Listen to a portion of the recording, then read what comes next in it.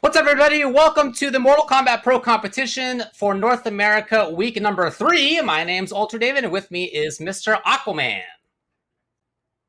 My name is Mr. Aquaman, everyone. Welcome once more to the pro competition here. It's going to be... I just looked at the bracket out of the corner of my eye. My bad, David. I got caught because I saw a couple of those names, and we'll get that here in just a little bit. That is a ridiculous top 8. But before we get in that, welcome everyone to the pro competition. Of course, presented by PS4 Tournaments. Weekly competitions for all skill levels. Go check it out at compete.playstation.com. Do you guys want to know how easy it is to sign up? Just go there, log in with your PlayStation account, and you are in the game, baby. You could be in this top 8, and you could be competing in Mortal Kombat 11, David. Can I just say how super easy this is to do? If you were literally on the homepage of the game on PS4, press your touchpad on there, and you will be transported instantly to this entire segment where you can follow along with the tournament that's happening today. I'm looking at it on my PlayStation right now, and I'm seeing this exact screen, well, more or less, with all the player names on my PlayStation 4. But here it is on your screen if you're watching us on the stream as well. You can get a glimpse of what's going to be happening. Starting out on winner's side, it will be Beast Coast Honeybee versus Art Flash K7 Show Off. We got Hijinks versus Curbalicious. It turns out it's been spelled that way for 10 years. And I've been saying Curbalicious because that's what it is, but he's been spelling it that way forever, and I'm the last to know. Then in loser's side, it's Beast Coast Biohazard versus Goon Pulse, and we got DF Gur versus No Way Aztec. Look at it. Did you guys see that? The producer cut back to me while I was still like leaning in while just looking at those names right there, because that's how exciting this is. And I was looking at particular, you saw me kind of like crouch down. I was looking at the lower bracket where we've got some absolute killers and guys that have competed a lot this week and have been winning a lot this week. And it's no surprise that they've made this top 8 through one of the biggest online tournaments that's ever happened yesterday in the pro competition and in Mortal Kombat history in general. And this is the strongest kind of region when you look at just numbers entered and the strength of the number of strength of players. I don't know how to say that right. A lot of strong players here on the east side of NA. And when you look at this bracket, you see a beautiful blend of veterans, of newcomers, not just to Mortal Kombat 11, but some that came in X, some that came in prior.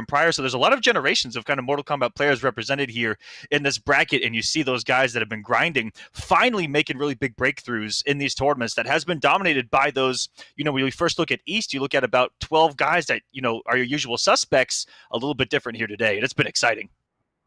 You mentioned how big this tournament is. There were 1,030 players signed up just for the East. We'll talk about the West later. It had, 500 plus as well. It's huge, huge. And that depth of talent, that depth of field is absolutely reflected in who we get in top 8 week in and week out when it comes to this tournament. It is a blast. There's a lot to be very interested in, I think, in terms of how this top 8 shapes up. Lots of players, as you said, who have very interesting histories, but also players who have been already doing well on this pro tour. We'll talk about the points when we get to each player, but almost all of them already have points in there. One of the ones that doesn't is Gur, who just won Champion of the Realms the other night. Looked fantastic coming back from an injury, so that's part of why he doesn't have points. I mean, this is extremely stacked. We have great character diversity. There's a lot to be excited about for us in particular, I would say, because we have some big bodies represented. We got an Aztec. Well, we have Aztec representing the Aztec Emperor, I should say. We got Gur with Geras. That's our expectation. But there's other stuff, too, to be very excited about. We'll get to that with each player as they come up. First match on stream, going to be on the winner's side. It's going to be Honeybee versus K7 Show Off, who's been showing off an awful lot of characters lately. And the number one... This is what I wanted to see right here. Before I can even get into it, before I can even break down the trifecta of characters that K7 Show Off was about to bring to the table, it's going to be the Prince Reign and Show Off. So good with this character of just the way that he approaches the character. It's very fast, and he isn't very flashy. He keeps it very basic, and it's effective, and that's what I love about Show Off's play. But he has a really good tool in particular for the matchup as Honeybee coming in with Devora. Look for him to get anti-air heavy with that Geyser Palm and try to keep her at bay as far as the movement. Honeybee says that this match to him feels winnable, just got to play solid. And for K7 Show Off, I asked him thoughts on the matches. He says forward 2 into GG's, although I think that might be for another character he's got up his sleeve. Here we go. It's the beginning of the top 8 for this week, NA East. And we've already seen about 3 back-to-back huge plays from both. Starting off with a flawless block by Honeybee to put an end to that early pressure by Showoff here, who's getting going here. Look at the quick staggers, and even Honeybee with the immediate read. This is already so fast. They've made 14 huge decisions early on in the first 10 seconds. Yo, okay. Honeybee in there with that huge jump normal she's got. Doesn't have an extra bar here, but this is already going to be pretty decent. Into, oh, he did get it up. I was about to say a setup, but never mind. He sealed it with 339. Round 1 to Honeybee. That was insane, you know, again, how fast they were playing and how, you know, Honeybee was able to, I mean, he took a really big risk right there, but how quick he was able to access that damage off of like 3 massive reads and quick pressure from Showoff. Well, Showoff's got the corner now. Pressuring here in the corner, trying to stay safe. The threat, that jump kick comes in way up high. Ooh, cashing out with some big damage there is Showoff, 398 damage, and he says go ahead and try to anti-air that real kick as he's doing an entire 360 with his leg. She does have fantastic anti-air. She's got a couple of the better ones in the game, but that jump kick is among the better ones in the game as well. And that's what I was talking about. One of the best tools that Rain has is that Geyser Problem. Not just for conversions, but at creating massive anti-airs, and he's going to keep him unbreakable there too. Really smart stuff there by Showoff. Oh, he's running away with this. David, and he went for the meatless pickup right there. Looks like he dropped it. Giving a chance to Honeybee, which is always a big risk to do. He's got the corner now. He's got, yeah, jump back just for safety. That big limb up in the sky. Whoa! Both of them missed timing there, and it's one more hit for Showoff, who throws.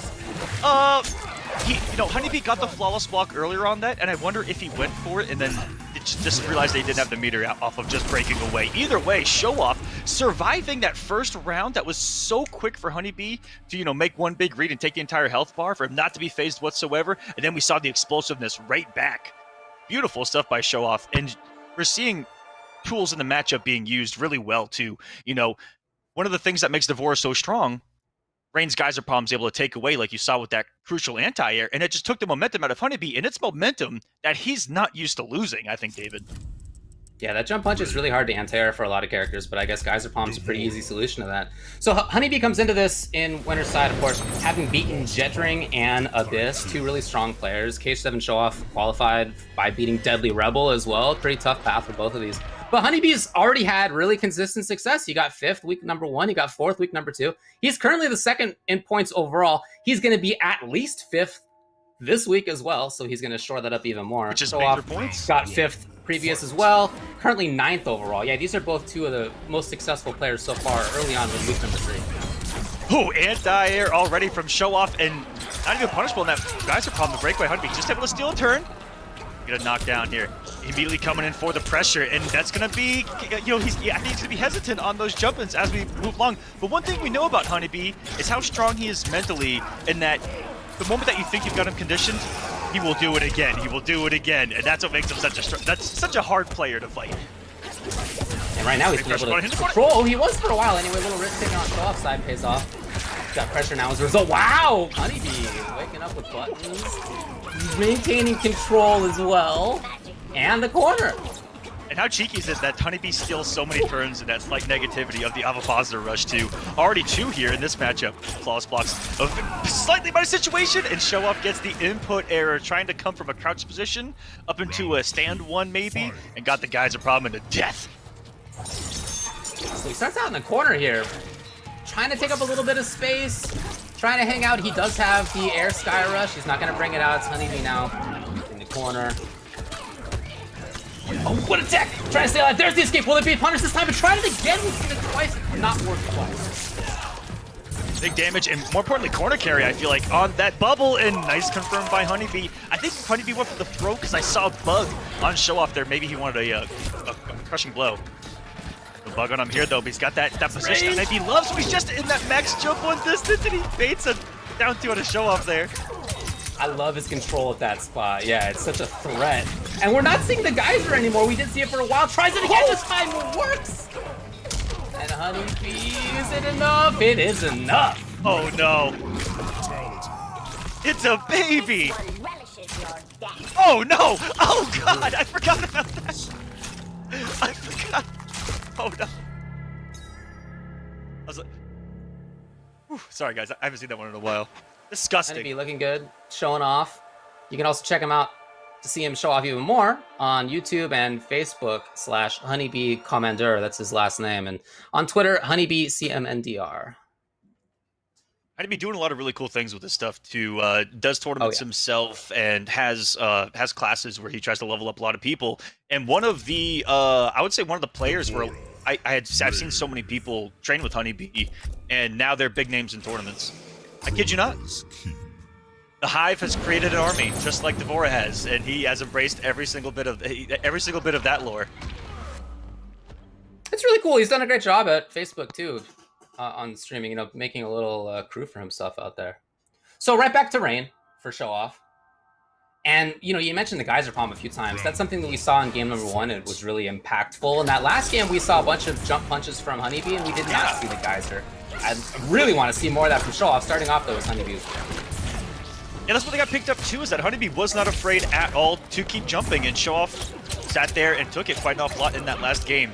And one thing that I forgot to mention is that he also brought the aerial Argus Plunge, which you've seen get him out of situations, and then Honeybee with the immediate counter of teleporting it and actually getting a punish. Most frames are used to that being safe, and it's good that Honeybee stopped that early.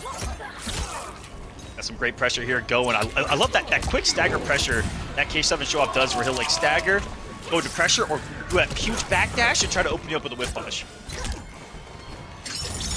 Yeah, he really makes good use of that character's movement, which is such a big part of playing the character. Doing a great job on that little pickup, only down 1, but it was still pretty cute. Here's that jump again. It is killing Show Off. That time, look, he was too busy to bring out the Geyser Palm, but we've already seen in this round too a miss on the anti-air. I'm not going to tell you it's easy. I'm just going to tell you it's necessary. That it's there, and I think that Honeybee just made a really good read once more on that pressure that K7 Show Off has really just stuck to, which is, you know, quick stagger and then either pressure or go away and try to set whip punish. And Honeybee's kind of covering almost both with that neutral jump, because you can't go at him when he does that neutral jump. The best thing K7 Show Off can do is try to react with Geyser Palm, but he's just holding these jump ones now, and Honeybee's getting all this free pressure and free chip damage. He's already a quarter of the way dead. There we go, though. Yeah, okay, well, you know what? Yes, another chance. Capitalizes on this. He's got good damage. He's gonna get the corner as well. Ooh, I'm loving the back one, by the way. That's one of the coolest looking mids. He puts all the water out there, and he eats the down 2 check to the chin. And all the damage that Honeybee's gonna get even before the breakaway. That's unfortunate. Oh yeah, this is big problems right now for Show Off as Honeybee moves him towards the corner here. He's got the bug coming. No, the bugs are coming. What a setup right there. Every fiber of your being right there, Ultra David. Every fighting game player of all time sees a whiff throw in front of them is gonna press. And I think all of us would have gotten clipped by that bug right there. That was such visual trickery and so I don't know. It was really utilizing a fighting game player's reactions against them right there. Cheeky setup by Honeybee to take the lead 2-1. Once that bug is birthed, you just gotta respect it for a little bit, especially on Amplify. Because, yeah, it could be throw, but it could be just teleport. Sometimes you see him do that dash forward teleport out of the sky. And you have to respect it, because the bugs are still coming, right? They are going to come to do no something. It's exactly, right. Well, look, do you think the Show Off sticks with Rain at this point? Ooh, I mean, Show Off has done this a lot when he has match point against him, where he just says, you know what? You want to know what would be really good right now? Is if I only had to touch her twice and she dies. And no, I'm just kidding. But this character it's going to be so different. And I think how he's going to play. I think we're going to see a lot less forward movement, and we're going to see him slow down a little bit, try to control the pace of the match a little bit with those projectiles. Look out for teleports, and then try to just put out 3-4 and try to hit confirm into some massive damage. That's pretty much the spawn game plan that you're going to see here implemented by K7 Show Off. We'll see if he gets a little flashy though. Yeah, and there's that range where she has that huge jump 1. I wonder if Stand 3 can help him deal with that range. It's got a little bit of an anti-hitbox to it. I guess I feel like he just went underneath that projectile with that forward 2, by the way. Whoa. Talk about some tech right there. And there are strings that do that. There's Seven Shaw. You back it off a little bit. And what a perfect forward. Like, he reacted to the forward move of Honeybee to put himself in the perfect max distance of that Stand 3. Beautiful stuff there, but Honeybee breaking away from all that damage. He's going to eat every single bit of it here. Look at that 1 bar, David, for over 30%. Yeah, but just like we said before, Honeybee is not afraid to steal a turn, and he kind of did right there. Immediately gets right into pressure of his own. He's got the bug coming. Gotta hang out. The grab comes. I tire of this. Definitely a mix-up right Very there. close now. What's the read gonna be here? Backing off. He still has those threatening projectiles, but even that bug at this point. Oh! I'm scared. Is it in time to die? Oh, the second hit was almost there, putting Honeybee at match point. That, I feel like that was pretty ballsy right there, but what a decision by Honeybee to put out one of the slowest projectiles in Mortal Kombat 11 and just says, go get him, champ. Back into it. Honeybee's hit confirms have been on point in this set. Looking so strong. No bug! Tech by Honeybee right there.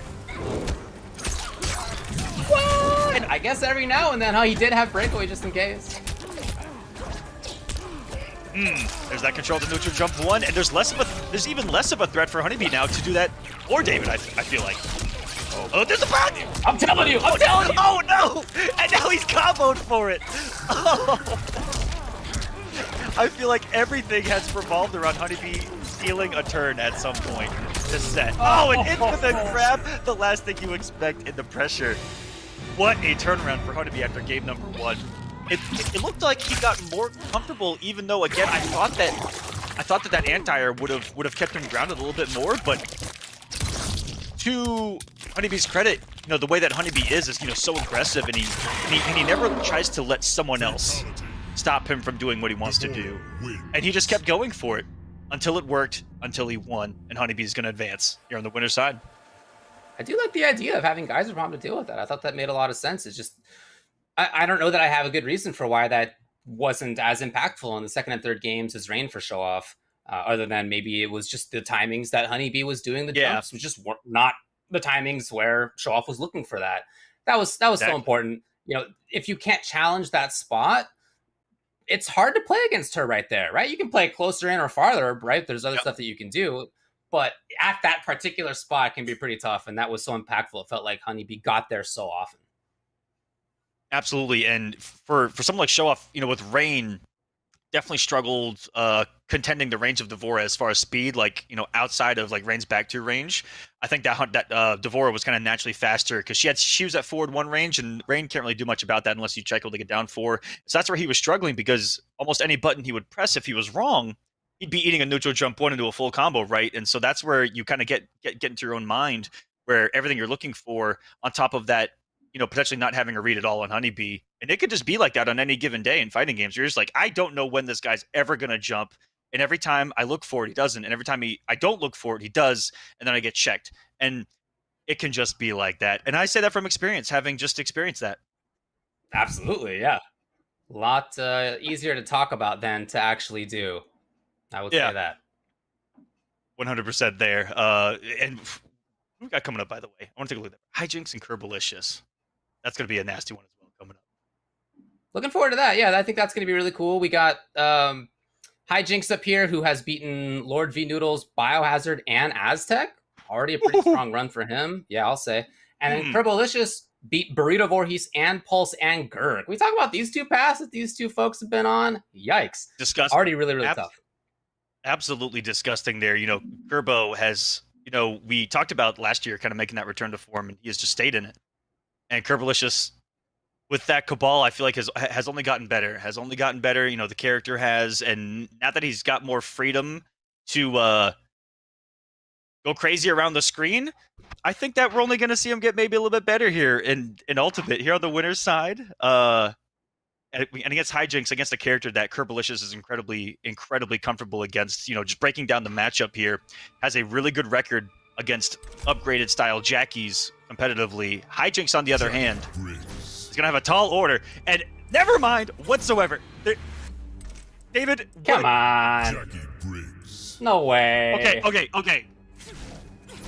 Come on. This is 10 years ago, by the way. Curbalicious trying to mentally get into his opponent's head. These are old school tactics right here, David. You know them as well as I do. Curbo did that just so that Hijinks, if Hijinks gave any thought to that, Curbalicious won the last 10 seconds. Yeah, I think that's fair to say. And Curbalicious, as far as his thoughts on the match, he says, "This is free. If I stay focused and am composed, I assure you I can get grand finals and win." Hijinks says, "I'm not dropping a single set today. GG's to all my opponents." So these are both super confident people coming in to the second half of winner's side. I'm just speaking facts, but someone's wrong here. Or should I say, someone's gonna be wrong here, right? Round 1, fight. Game Alright, so I think it's probably one. just scoop created like we usually see. We got, yep, that's exactly what we're seeing. Turbo, give me the gas. No, are we just gonna hang? Wow, whoa, that was a whole lot of Are we nothing slow right there. playing it? But an awful lot of something here as these guys look a little hesitant here early on. What are we... A slow played match between upgraded Jackie and slight gas Cabal. I would not have guessed that. I love it. I was about to talk about this could be one of the most insanely mobile and high-octane matches we've seen, Right? which is what we got last game, and then we get these two characters, and they just chill, full screen. Whoa. I'm not mad at that though. You know, pick your spots. Yeah, this is a different approach. It's a different approach. Very close there was. Oh no! This has paid off. Hijinks has gotten so much off of Curbo being the one to move forward. It actually has worked out for Hijinks. Yeah, I agree with you. It's also looking a little bit funky maybe to me in internet. I'm not really sure about that. I guess we'll see as this goes on. But Hijinks is out. Wow, again! Anti-airing with the goop. Okay, almost as well. That is a really smart way to approach the matchup. That goop shuts down almost every aerial way in, and almost grounded on Amplify. Oh, wait a second, though. Okay. What a call-out. Hijinks. Very high risk, very high reward with those wake-up buttons. This is one character that is hard to do that against, who possesses most of the mids in Mortal Kombat 11, right? What a challenge and what a reward for Hijinks here early on, who has just done stuff differently. Really caught Curbo off guard, I think, here early on. Who's going for a short mix-up, and that was such a cool gas blast after the short-up cancel, and he's opened up Hijinks here early and cashed out. Actually, whoa! It's still going. Oh yeah, he's gonna go all the way through the round, in fact. And he's gonna get the corner afterward. He had nice little staggers there in that pressure as well. It wasn't just the hit confirming into big damage, it was also mixing up in the time, and we'll have to watch that as this goes on. Oh no. In there immediately, it was Curbalicious. The goop doesn't matter. Woo! Kept the quick reset right there, turning that into almost a 40% sequence. Keeping himself so safe, and wow, how different this has been when Curbo's been able to just pressure an awful one big hit, chance. steamroll the way he has. It's Hijinks making the most of it. 350. And still in here. And still in here. No more block. Oh, I got immediately into it. I love it. I can't believe that connected. Bar right there. He had no defensive for the Google. He had no offensive for the cancel this guy, so he went into Taylor to get the most that he could. And now remember, he was comfortable at this range, but he's not going to be so comfortable versus Cabal with that fatal blow coming out. Oh no! Oh, is he dead? He had the crushing blow! Oh my goodness! I can't believe it. I cannot believe it. That was incredible. What a match that was to start out as slowly as it did, and I almost, in retrospect, I understand why neither player wanted to get Not to to this quote. point, because when it did, it went so crazy. Wow, that was like a heavyweight boxing match that were like that first round, they were just feeling each other out, and then it was only haymakers until someone was KO'd. That's all it was. They were just kind of feeling each other out, and then they just full swing, both of them, back to back until someone fell down, and it was Curbo with a very ballsy throw at the end, where, again, if that was a regular throw, I feel like he lost, but even he was above us in knowing that he had that crushing blow loaded, wasn't even paying attention, and what a victory right there. This is very unpredictable, given how Game 1 went. Yeah, it's a very volatile match. It certainly could have been Hijinks. Curbo ended up taking it, but yeah, this really could go either way. And I wouldn't be surprised to see, you know, maybe Hijinks start this off by playing that slower style again, because that did seem to be effective. Pressuring is effective as well, right? We saw that work out for him too, but if you're close, that means that Cabal could be close too, and that could be bad news. Yeah, there it is. It is this kind. Calling it zoning is not exactly right, but there is at least that anti-air arc versus Slight Gas Cabal up in the sky. Big damage here. Oh my! It was like looked like a stand 3 in there for 340, which is what you should probably write down as the damage you're going to take every time this character touches you, unless we get the big drop by Curbo. Hijinks on the hunt now. Not going to commit right there. Could have got some damage once more. Oh no! 0 for 2 there. That could have been everything on the comeback. That was both offensive bars, and neither one was the commitment he needed, unfortunately. Hijinks right back into it, stepping back in. Here he goes. Of course, Curbo's out of there, but Hijinks leap back off. Whoa, what a tech! And Hijinks trying to be outside of that saw range. It's just hard versus that Cabal. With all the movement that he has, he can be in range to throw the diagonal saw so quickly from so many different spots. It forces you to move. Or to respect that in case you're worried about the saw. Got the one. Last straight hits here for Curbo. No big damage quite yet. Definitely gonna be feeling himself. That he's knocked Hijinks down in the corner. Pressure's on. Both have the same idea there. Whoa! Picking up with the instant jump too. Getting a clip. No counter hit though. Not gonna be a crushing blow for Hijinks. He's gonna get the pressure this time around. Committing.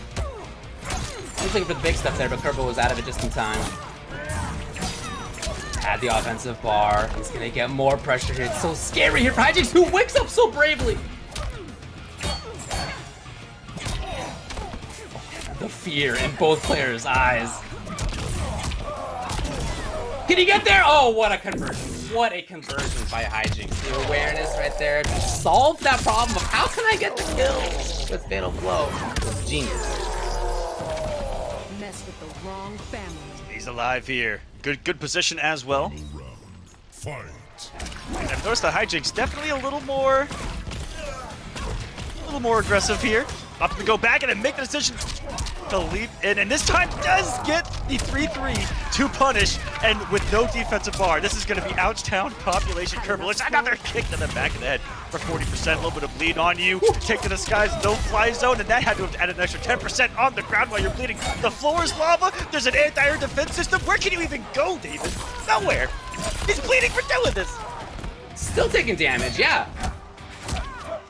But we saw last. Oh my god, the conversion was absurd. Stand one, do it again. His own fatal blow here. I really like the awareness that we're seeing. Curbalicious. Very, very clean. It looked like stand one, dash cancel stand one. Was how crisp that thing was. Oh, and all to it. Swing right there when she may have. Oh. What a mess. Man, only brutals here on the pro competition here tonight. I'll tell you what. What a mess indeed. Curbo maybe pressing a little bit late there. I feel like it could have been his turn on the whiffed plasma. Perhaps put in a flawless block, maybe thinking he was coming down with a jump in. There's a lot of things that could have happened right there. That is a scary situation in MK11 when Jackie is above you and either doing something or not doing something. What a mix-up. Both of these characters have that kind of thing as they're making their way in. You know, we've already seen that from both sides. They cancel in the sky with their projectile. Do they come in with a jump kick or a jump punch? You know, do they go to one side or the other? There's all these little timings that they have up there that makes you respected, that makes you want to hang out. And because you want to hang out, they get in. Great set so far. Really back and forth. Well, no changes, of course. Yeah, not to be expected. Has begun to turn this around. It's been so, you know, even Curbalicious win there could have gone either way. It could have gone either way, and that's why we're here at 1-1 in a match that I expect to go the distance, given how these two have come out of the gate. You know, eerily similarly minded. You know, both of them with the slow start, and then we've seen nothing but aggressive offensive onslaught since. Yeah, thinking back to that first round, like, who was on the controls at that time? Was it one of their brothers was on the controls of that first half of the round, didn't know what to do? Curbo not going to get cash out there. Nice slight delay by Hijinks to get that jump kick to whiff as well. Get a turn steal. Nothing huge off it. Still got a turn here. The hesitation's gonna be punished. No! Some of the pushbacks on those short hops are really far, and that's one thing that Jackie is kind of known for, is having those T-Rex limbs. Big chance for pressure here in the corner. Very buttonsy was Kerbo, but it just was not at the right time. Ah, damn. He's Kerbo tried willing to to make challenge. It's something we see from Yeah, him oftentimes, but right there, Hijinks just had his number. Oh, so smart to push him on there, and then once Kerbo got pushed onto that little dot, that's when you start to freak out a little bit, and that's where we've seen Kerbo be very aggressive in his buttons too. Is when he's been on the goop. Vernon not afraid to press buttons, and there gets the chin check. This has been all Hijinks, start to end, and one more is all it's gonna do. He's just gonna bleed here. Can't even move forward. Oh no. Flawless block backdash right there by Kerbo. Oh, he can't be there. He's gotta move in now. He just can afford almost nothing. Into this guy. Wait a minute. Do not. Jump to get Another chance. Everything's hitting though. Another chance. All Hijinks wants to do is put some goop out, but Kerbo's not gonna breathe. Still no defensive bar. Kerbo is in here yet again. Finally, defensive bar, something to be reckoned with at least. This is fine. Oh, down one. Oh, That was no. enough. Here's another turn by Kerbo. Can he get it? Even chip. Oh, Oh my god. Only a real master against a non-damage character, Curbalicious, Mortal Kombat legend, out here playing today. That was ridiculous, and this is still just even. That's what it takes just to match your opponent here in the top 8 of the pro competition.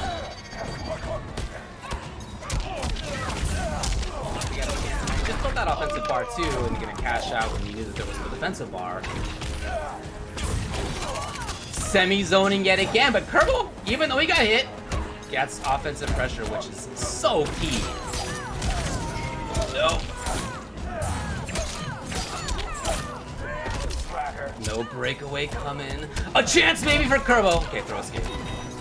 Big air, but lacks the conversion, and what a reaction by Hijinks to get the immediate anti-air, and now pressure back Oh, no, from Kerbo, who finds himself into the non-damage. Oh no, comes down into the jump one. Kerbo was on the hunt, but Hijinks was just everywhere Kerbo swung, Hijinks happened to not be. He said, so close, no cigar. Takes the 2-1 lead. This has been a match. Love the idea of putting out the loop right there.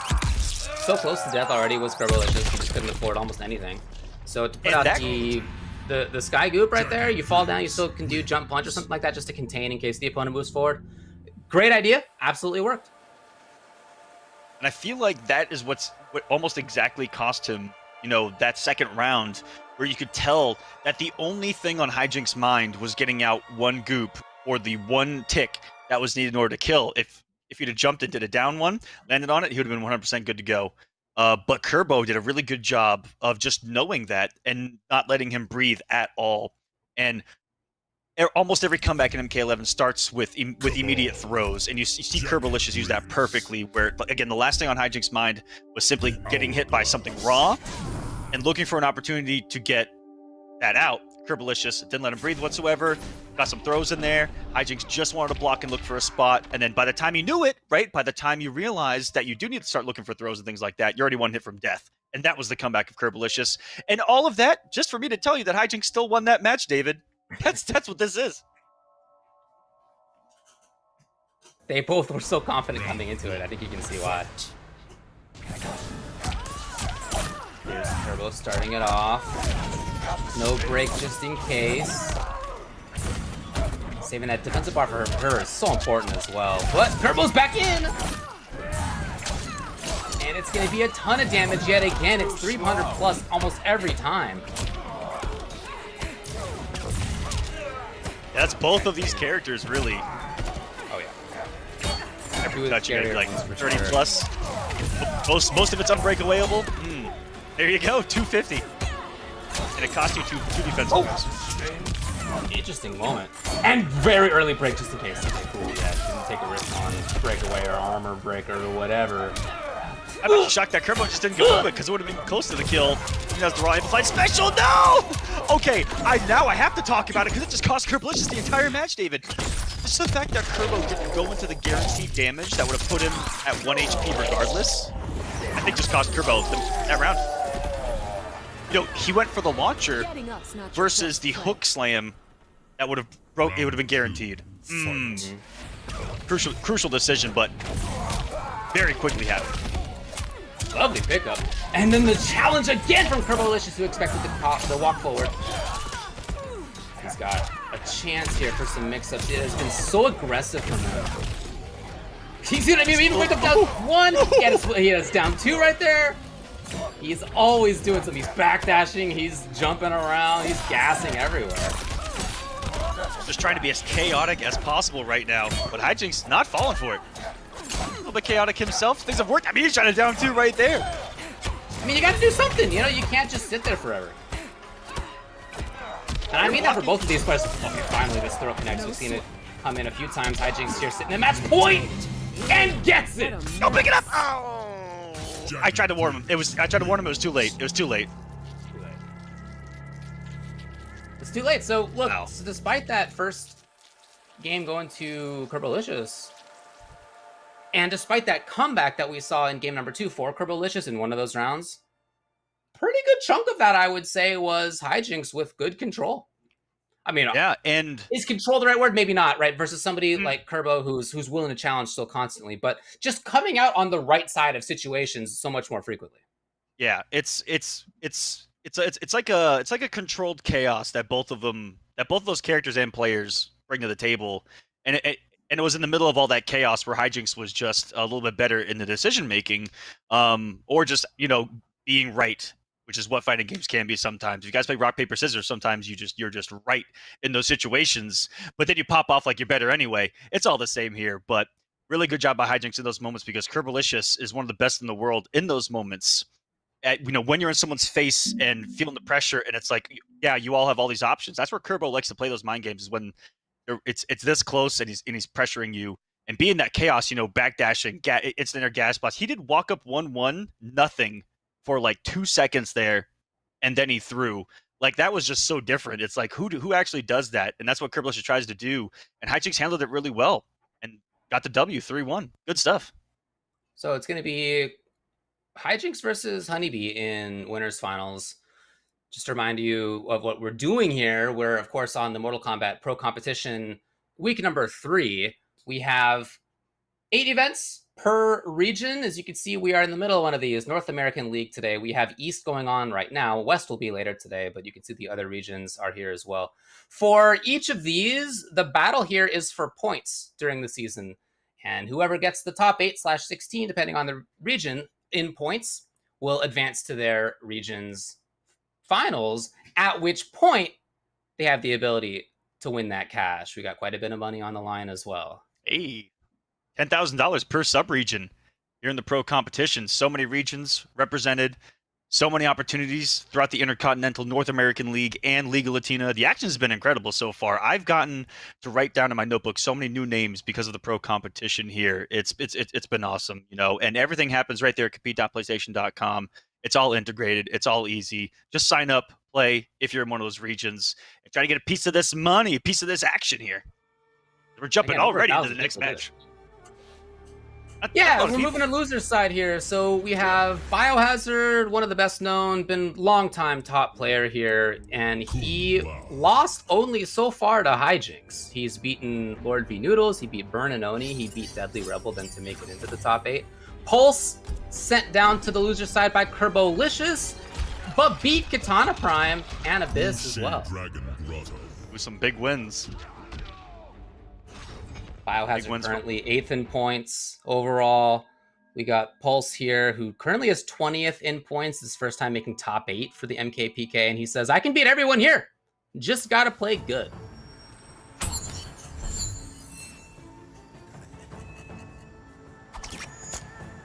So we got Lau versus, for Biohazard, one of his several characters that this man can play. He's got quite a little lineup that he can bring out, but it's going to be Kano to start with here. Yeah, known for playing a character that's probably going to grab you and do a lot of damage. Yeah, backed up by some of the best flawless blocks in the world here, but Pulse drawing first blood. That's all it can take here for Kung Lao, who's a character built around getting the hit and then steamrolling you to victory, especially with what Pulse brought. Omega hat, orbiting hat. Guessing an awful lot. And Pulse, you see MK jumping really early because he doesn't want to test Biohazard's flawless block anti-airs. Already, he's already not even going to even try. He's at Biohazard. You got it, bro. Oh, hitting him with the low, the little funky spacing there. We got Biohazard scheming in the corner. Back one putting himself out of range. Oh my god, it was just in time. It was so close there for Biohazard, who backs off, tried for anti-air. It wasn't quite enough. He got away with one right there. Coming to Sure orbital hat. did. Oh man. Yeah, got away with the one by threat putting it of that lightly. amplify. Of that was Kano almost ball. Pulse was waiting on the amplify, and Biohazard, I know that he smiled when that didn't go punished. I don't know where he is. I don't know what he's doing, but I know that there's a smile on his face. He goes, yeah, I got away with that. Feels good. I got about 2. And he's gonna get extra pressure. Oh no! No confirm actually. Going to the ball, didn't bring it out. Oh, Pulse absolutely in control here in the corner. Biohazard try, and he does finally neutralize. You can see his defensive choices. We saw a little bit of a block, a little bit of a. Oh no! Oh. Hey, It's a bummer. maybe his normal was a little bit late right there. You know, maybe not as crisp as he wanted to in the middle of that pressure here. Nice check by Pulse right there. A lot of Kanos like the down one right there, just like that. Could eat another throw here. Pulse gonna bring out a hat. 50 meter pressure. Whoa! There's the confirm. This time Pulse just blocking it out. He's been very active there. He's got to confirm. Try to just jump away with Biohazard. Oh yeah, there it is. Once you're leveled Wait, up, and now he didn't go to Fatal Blow right there. I'm surprised. Oh, early here though. No! What is happening? Not like this. Not like this. I think that he was too early on that one. He was late on the first one, then too early on the second. I can't. Not like this. In any way but this. Got the charged up ball. Pulse is going to be real hesitant to throw out the hat because he knows the Bio can get through. Oh yeah, puts it in there. No, he didn't have amplify, but he's in there anyway. Oh my god, what a scramble. There were so many situations in that game that could have been for Biohazard to seal it already. 2 huge drop combos. Ends up taking a game. I'll tell you, if he had lost that, that would have felt even worse. But at least for his sake, he was able to still battle back and do it. Oh, it was shocking that his pad managed to survive that second one. That had to take a lot of mental fortitude to get over really quick and still clutch out a victory like that. Man, Look, most of the people in this event are playing on pad, but as a stick boy myself, let me just shout it out to Biohazard, one of the few top players in the NRS scene who plays on stick. Even myself, How dare you. even myself, I'm on rotation of games where I use stick for Injustice and pad for MK, but when I did try stick for MKX, I was like, there's no way. And then I watched Biohazard play, and I was like, okay, so there is a way. I'm just not good enough. Yeah. And it does take it. If I can be honest with you guys, it does take a lot of skill to play Mortal Kombat in particular on stick. It's That's a lot what of. you're used to. I've been doing it for 50 years, so for me it feels pretty natural. Damn, that's like 20 more than 30 right there. That's. Oh yeah, it's been a long time. Yeah, absolutely. Biohazard, before this match started, I asked him what his thoughts are on him versus Pulse. He says Pulse and I have definitely gone back and forth in multiple top 8 situations, so this is going to be a good fight. I think we've already. That's probably the nicest one so far. Yeah. That's the thing about grapplers, everybody who plays grappler characters, yeah, in the game, are we jerks? Absolutely. In real life, super nice. That is pretty accurate, actually. It is. That's where we get all of our rage out and aggression.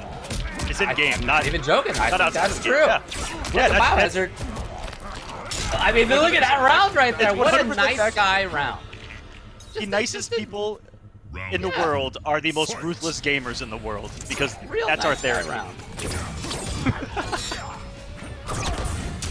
I'm gonna say he does have the Vegemite on, and Pulse throwing out that hat was a little testy. Again, as for someone whose game plan is almost built around not testing Biohazard, and now he's got the flawless block going. I just didn't have bar. That was the only problem there. Oh, what a stolen turn! I love it. You're looking for the ender there, which is going to be plus on block. And he did 2 of them in the command grab. That's gonna open up Pulse disrespecting and the Biohazard catching him swinging right there. Maybe at some point this set. But Biohazard's really in his head in the pressure. It's almost what you're looking for as the person pressuring there, is you're hoping to institute some kind of weird choices on the defender's side. If that even comes up, not in this. Oh, he did it! He did it 3 times in a row that match. So 3 times in a row, off of the Vegemite cancel. Now Pulse is going at some point, not necessarily the next time around, but at some point I need a swing there. And it's when he swings is when he might be wrong again, David. And welcome to the mix. Welcome to the mix. Beautifully executed real nice by guy Biohazard. mix up. I'd be scared. Did you just call that the nice guy mix-up? It's the nice guy mix up, yeah. Yep. Hey, block or don't. Yes. Or if you do block, you know, you're gonna get grabbed. Block when I do the grab, and then swing when I don't. Absolutely. Please. And because he's a nice guy, he's gonna say please when he asks you.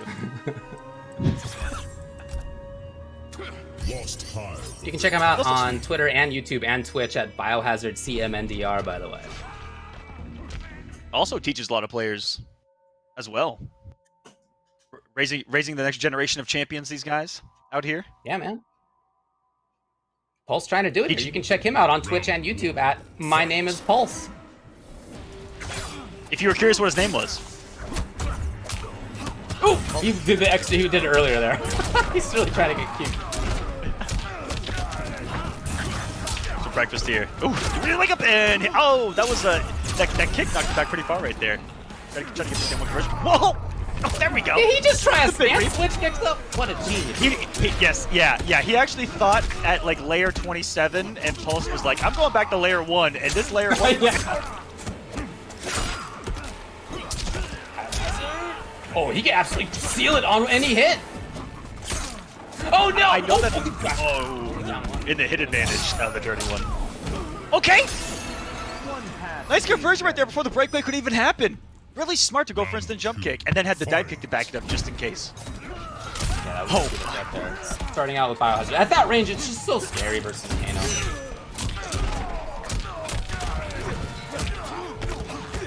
And that's a good thing to have against a command grab character.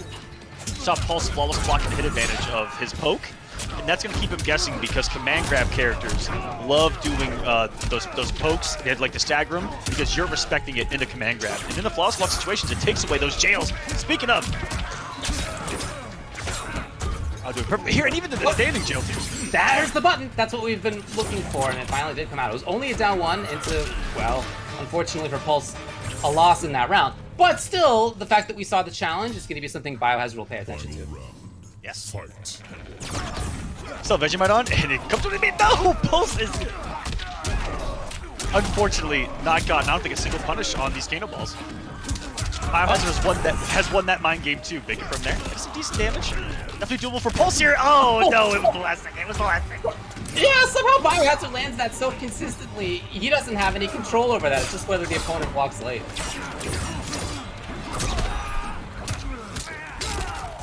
Knockdown for further pressure here for Biohazard, who's scheming on ending it real close. Oh, no. And he did go back to the well, even after seeing Pulse was willing to challenge. Biohazard was right back into it. Oh my. Biohazard looked so comfortable and so, I don't know, confident. Like, it was backed up by the confidence, but he was just going to town on Pulse when it came to pressure. Like, everything was working. He had him in every single different hit advantage situation. Biohazard won, I feel like 9 times out of 10. You know, that 1 down 2 looked like it could have been a little bit of a game changer, but then Biohazard was like, nah, I'm going to come up right there, and I'm just going to keep checking that lumbar real quick. He's just going to watch out for that thing until it killed him, and he did the brutality off of it. And it was, but there's a lot of mind games right behind that command grab where you're respecting ends of combos. You know, that forward 1 check, it's plus afterwards, so you almost have to respect the down 1. And you're like, okay, I have 1 option. I can try to flawless block it. He did raw command grab after. What do you mean? And that's always going to be happening throughout that process. And Biohazard's so good at getting those hits in those situations. It's incredible. Very, very impressive stuff from Biohazard there. Beautiful. And very just extremely solid stuff. We'll talk more about his path. He's already had success on the tour. We'll get to that in a little bit. But first, just wanted to shout out Astro for being the headset that we are using here today. And in fact, throughout the Mortal Kombat Pro competition, all of our commentary audio is powered by Astro. You can visit them at astrogaming.com to find more information on all of their officially licensed PlayStation audio products available now. Speaking of PlayStation, look, the PS4 Tournament Open Series is so easy to get into. The Mortal Kombat 11 Pro He's competition laughing because is, of course, presented by PS4 Tournament. It really is that easy. I'm serious. Check out the PS4 Tournament Open Series at compete.playstation.com is where you can sign in with your PSN ID. But I'm serious. If you just literally go to the homepage of Mortal Kombat 11, when you join it, when you start it up on PS4, you press the touchpad on your pad, and it just get pulls involved right away. Yeah, it's on my screen right crazy. now. It's so easy. It's crazy. You just press this thing, and then it appears, and then you can sign up and play. It's awesome. So you guys should definitely go and do that. You know, you just log in with your PlayStation account. Bam! You're in the pro competition. You're competing for money. You're competing for points. Good luck. And over 1,000 people did.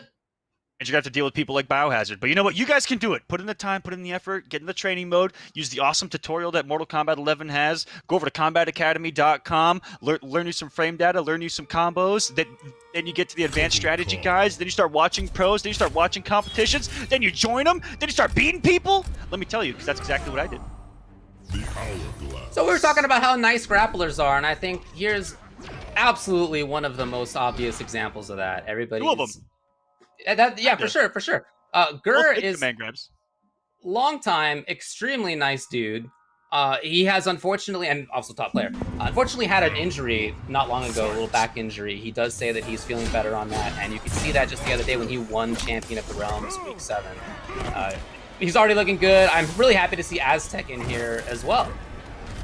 Aztec, who just came off of, when was it? The day before yesterday, he got third in a 16-man Kodal tournament that was really spicy, but looked really crisp and made a massive run through losers and upset a lot of really big players in that. And a couple of them you're going to see here tonight playing other characters. Ooh. And this is the matchup. On paper, it's a mixture of the way that Gur plays the character, the tools the character has. He plays the best keep away against Kotal Khan I've ever seen, not just of anybody, but of any character as well. As there's something about Gur, he controls the space, he makes Kotal Khan whiff, and he punishes him for it. And you've already seen about 3 or 4 of them to start the round, and the one sentence, he's already dead. Ooh, well, Aztec's gonna get the corner on this. Immediately start things off. Well, maybe was worried about Wake Up, I don't know, but whatever it was, didn't quite work out. He tried to challenge after that. Genius, didn't quite work. Gur was ready. Aztec did not want that corner right there.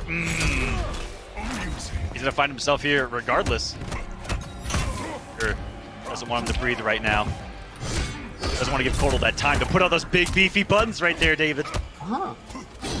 Oh, the 6 wave down. Oh my god. Most people don't get to punish that. That's going to be crucial. That's going to be crucial against Aztec in particular, who's one of the few cat-using Kodals. Gyros does have the only punish for it.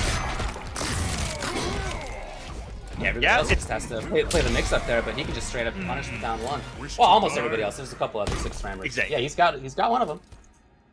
Final round. Great, good mind game, backed up by a mid-command grab itself. Really good use of short hop by Aztec there. Kodals might be one of, if not the best short hop kick in the game. I think 10 frames, 9 or 10 frames.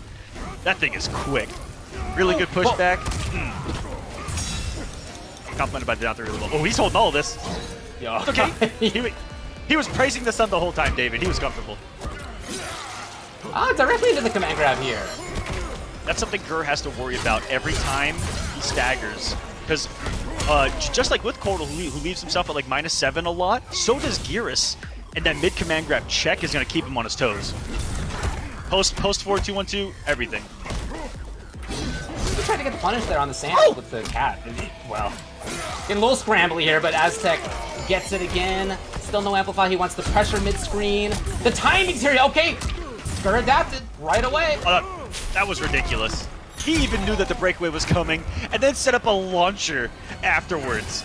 to give himself the slight health lead now. Aztec still out of this. 1-4-2 away. Yeah, just looking for the Hail Mary. 4-2-4 fatal blow right now.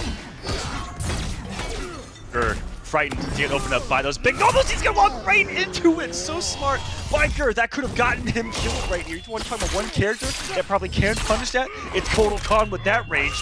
Good check by Gur, who thought that once Aztec got into that forward 2 range was gonna do it and called him out for it. Really interesting to watch that battle of forward 2 range. Look, we know that Gur is one of the best in the world at balls blocking, and he had that in that game there. After the command grab, first command grab, forward 2 immediately with the normal timing that we would use. Gur was ready for it. He flawless blocked it. He up 2'd it. He got a little combo. The second time, we saw a different timing. It was slightly later. It was a late forward 2 for Aztec. Just to screw up the timing, right? The flawless block timing. Third time, guess what? Gur's already adapted. He's already ready for the different timing here. He's already got the flawless block yet again. He's so quick on the adaptation. It's really hard to play against that. He is such a smart and such a thinking player all the time. You know, I like to call him one of the literally the smartest players I think in the scene. Sure. He should have played Brainiac, but Adam was just. Oh, Adam was such his style, and you can really see in the style of Geras that he plays that it's. I mean, this is the way he plays. This Geras is like Adam in a real way. He's kind of it's kind of zoning. It's kind of annoying. Runaway. He comes in now and then in weird moments. It's very similar. It's a character that lets him. How do I say this? It gives him the freedom to make those decisions, because those are the decisions that he wants to make. It's a character very fitting of the Gur playstyle. Oh yeah. And he can just kind of take this tax. Oh, on Kotal. Okay, Kotal finally gets in. It's going to be significant damage always, even without the launcher. Keeping it nice and safe. Very hard to stagger with this character too for Kotal Khan. He's very good at reacting to staggers, you know, just forward 2, just forward 2 forward. That's why Aztec's just keeping it basic. Oh, that thing is so big. With the disc. See right there? Not getting away with that stagger. Like I just said, it's so hard to stagger in this matchup.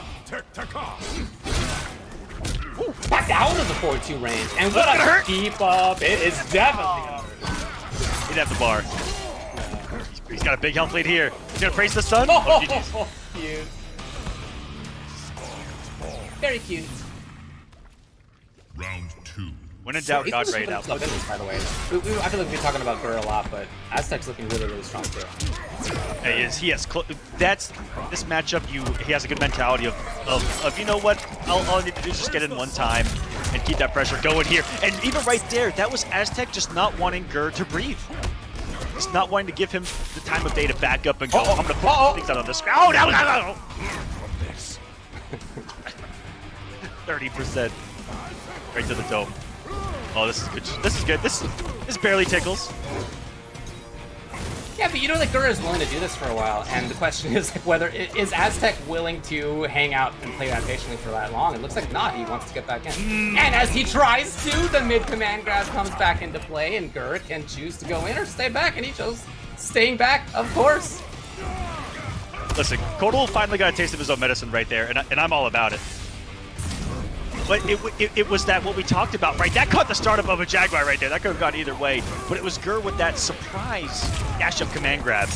Whereas it's the keep away for 90% of it, right? This. Really good not falling for that mid on the application. And look at that knee! This is so ready. Oh no! Oh no! I can't believe that worked. Gur gets away with the roll away. Ooh, Aztec made a read on Gur getting aggressive, whether a wake up 2 or up 3 or forward roll. What he did, that kind of back dash back 2-2 covers everything except for the roll away. Looks like guaranteed party here. I love that mix up that Gur has out of the splash into command grab or forward 2 or stand 2. All these weird little different looks that he gives you from that.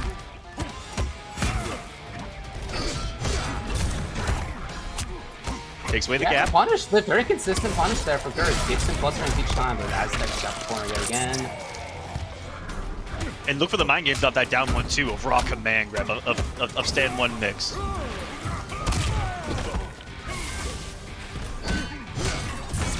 And that doesn't bother. That doesn't bother Cordal too much because normals aren't really affected by that. So forward 2 is a really good way to just kind of give Gerda something extra to think about there too. Slight negative situation, and Gerda's like, I'm still coming in hot, baby. Oh, he still went in. Part of why his runaway is so effective is that you just never know when he's going to come in that way. Like, when is he going to commit to pressure? Yeah. It's not like he needs to make big bets, right? He's not taking huge risks when he is pressuring.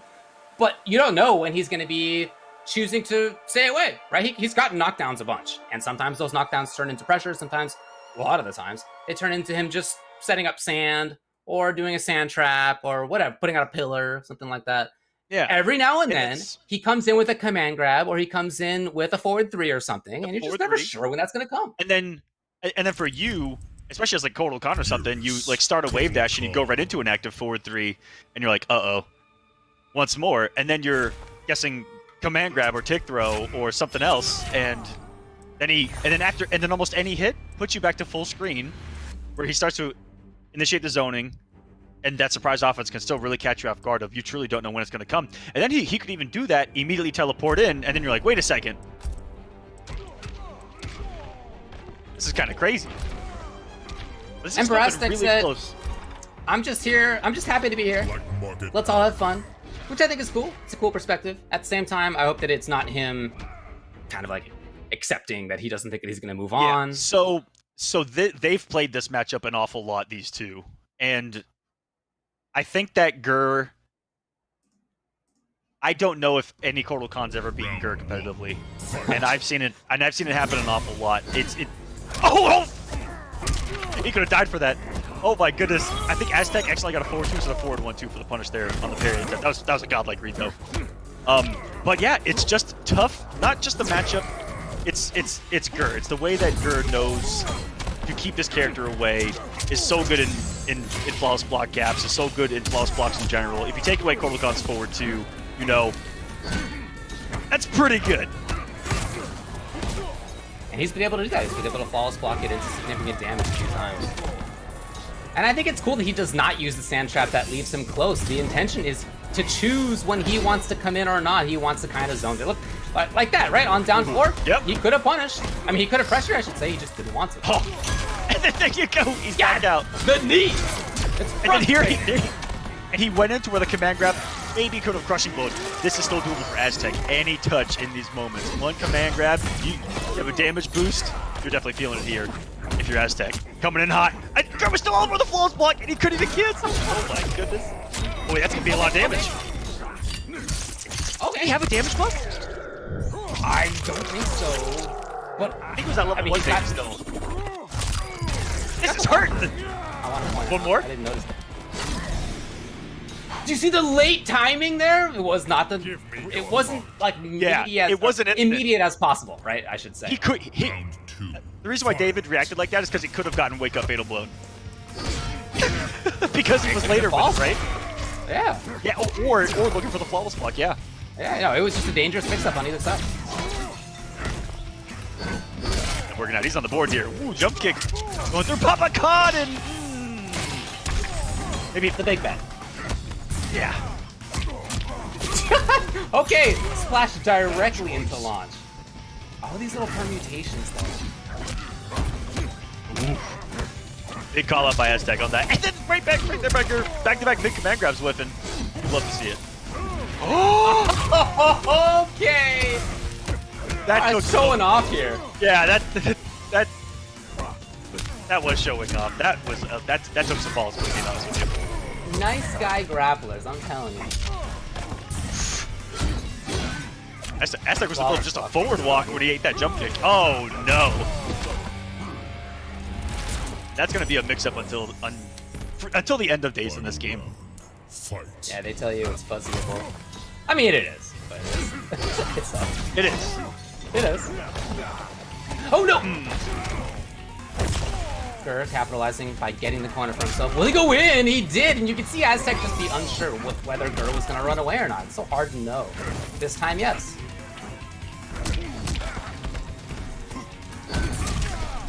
jeez, there it is again. It's too prepared. Keeping Aztec discomforted at a range where against almost everyone else that he's going to play in bracket is going to be a comfortable distance to do a forward two when it's in range. Taken away from him, and now Gur, one combo away, trying to catch out with the crush. Whoa, and anything is possible when you've got the damage of Kotal Khan. Oh, yeah. Next hit. Oh! What a challenge! Is he gonna end us with the KB? Doesn't even matter. The brutality is good enough. Your death serves Christ. That's something that Gur does. That's a really big weakness of Kotal Khan's in particular. If you short delay your wake up, or now it's just delay your wake up, into buttons, there's so much time in between Kotal Khan's strings. He did 3-4, in between forward 2-4, in between forward 3-4.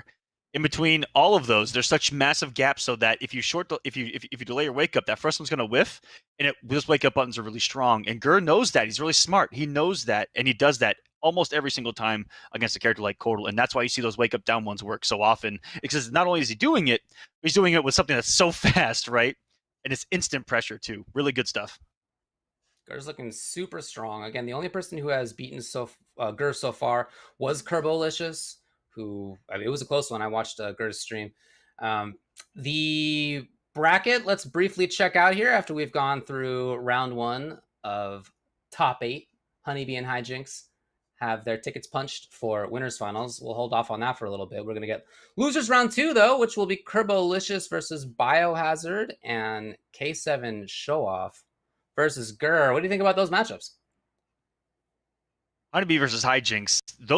Both of those winner semis went about the same way, just kind of how high octane they were. Not the first round between Curbalicious, by the way. I'm just gonna pretend that never happened at all, where they just stood full screen for 20 minutes.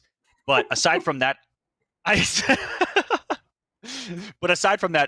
that to be incredibly high octane as well.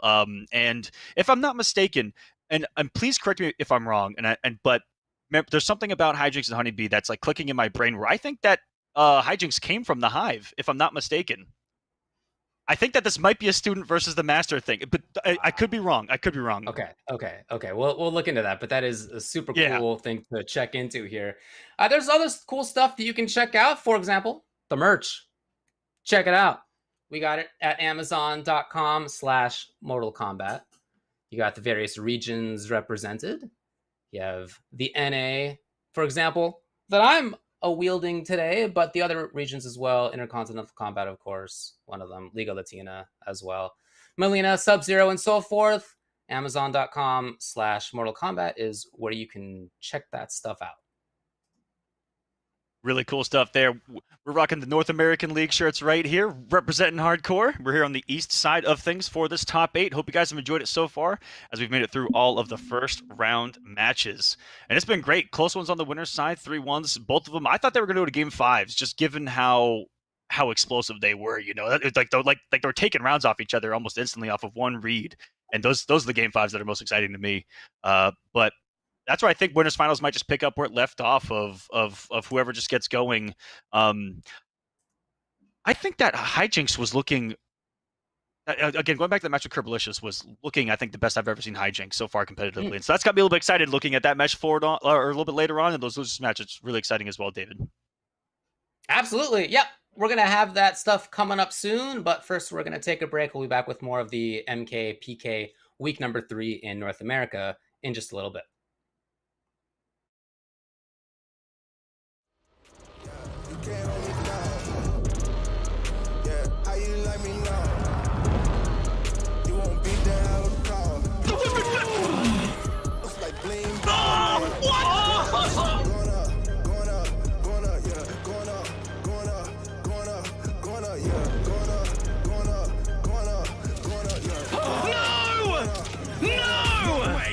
No jokes, no gimmicks, just combat.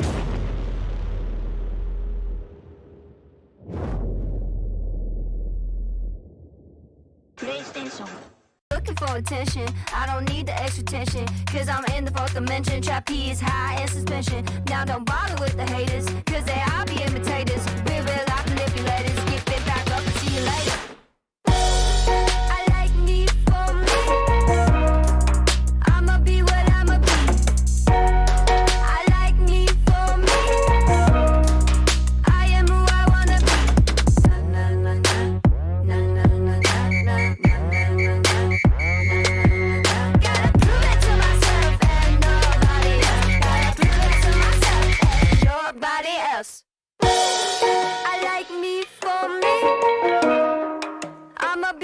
I'ma be. Prove it to myself like nobody else. Prove it to myself like nobody else. Gotta prove it to myself like nobody else. Gotta prove it to myself I like me for me.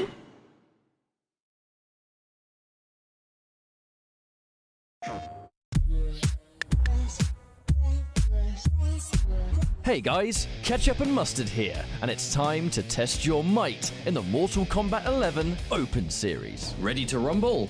Power on your PlayStation and head to the Events app, filter by type, and select a convenient date and time. Boot up MK11 and locate the PS4 Tournaments menu option. Click it to visit a familiar place, the Console Events tab. Sign up and prepare to play. Once registered, you can view your tournament details and check-in time. A notification will remind you to tighten your black belt and get over here for your match. Continue combat in the open qualifiers to close in on the competition. Thank you for watching, and we'll see you in the tournaments.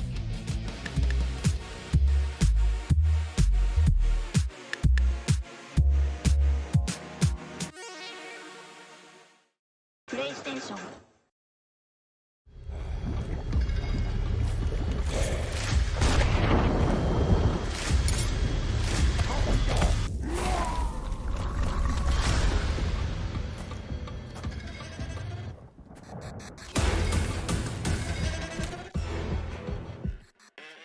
Who are you? I'm your worst nightmare.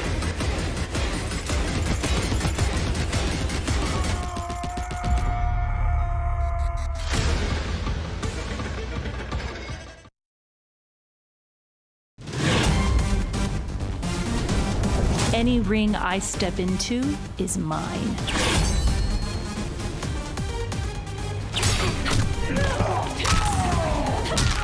End of the line.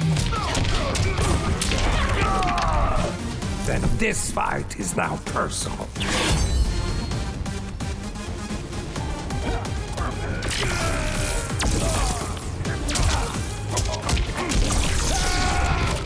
It is exhausting being so perfect.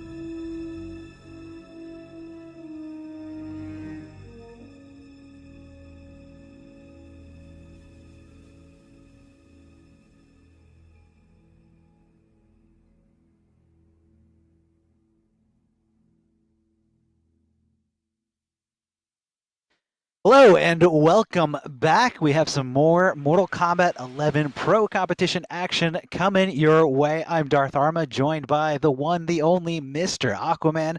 How many great matches have we seen so far? Just nothing but nothing. Incredible stuff. So it looks like we're trying to get Aquaman to get back in here, but it's been a lot. I've been watching in the stream chat. Incredible matches. Honeybee taking it over K7. Hijinks with that incredible comeback over Curbalicious. And a little disrespect from both their sides, but, I think this is out of pure competition either way. You want to have the edge over everyone. So that's going to set up our winners finals, Honeybee versus Hijinks. And then on the lower side, we have Gur taking it over Aztec, and in the last match that is, yes, we do have the bracket here for everyone to see, so you guys can kind of follow along a little bit. Biohazard taking it over Pulse, which is that last losers match, but again, a lot of good matches, high level. Testing. It's really great to see. Oh, there you are, Mr. Aquaman is back. It's really great to see Gur. Hey, it's really great to see Gur coming back after a little bit of a hiatus. I know he had some personal things going on with him, but he is back in full form, and I love, dude, every time Gur flawless blocked that forward tier from Kotal Khan, it just gave me flashbacks of offline at MKNJ, where he did it to literally every single Kotal Khan player he did, and it just shows that he can do it online or offline. That shows how great this netcode is when you're both on a wired connection. It's like Gur didn't even stop playing. Like, he was just very, very comfortable with it. So fluid, man. I love seeing Gur back here. That's what was really scary. It's always a great about this past week was it was literally Gur coming back, and in one day, like, winning a tournament and now trying to win another one of two of the biggest online North American tournaments that exist on the entire planet, and that just goes to show you the skill that he has. And yeah, just in particular, I was telling David that he is the best against Kotal Khan I've ever seen. He's the best player. I never see Kotal Khans beat him. He's one of the pros that I've played the most in casuals, and I don't know why I ever agree to play him every time I do, because a minute in, I'm like, why did I sign up to do this to myself? Because he does some really good things in that particular matchup that you saw on display there. But welcome to the Pro Competition, everyone, here presented by PS4 Tournaments. You guys go check out PS4 Tournament Open Series on top of the Pro Competition here.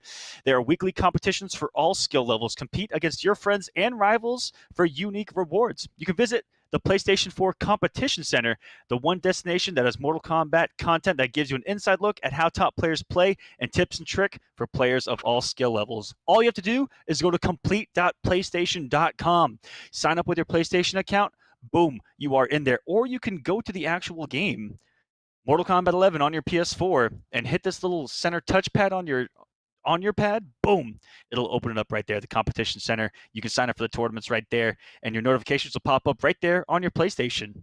It's super simple, super easy. I hope you guys go sign up.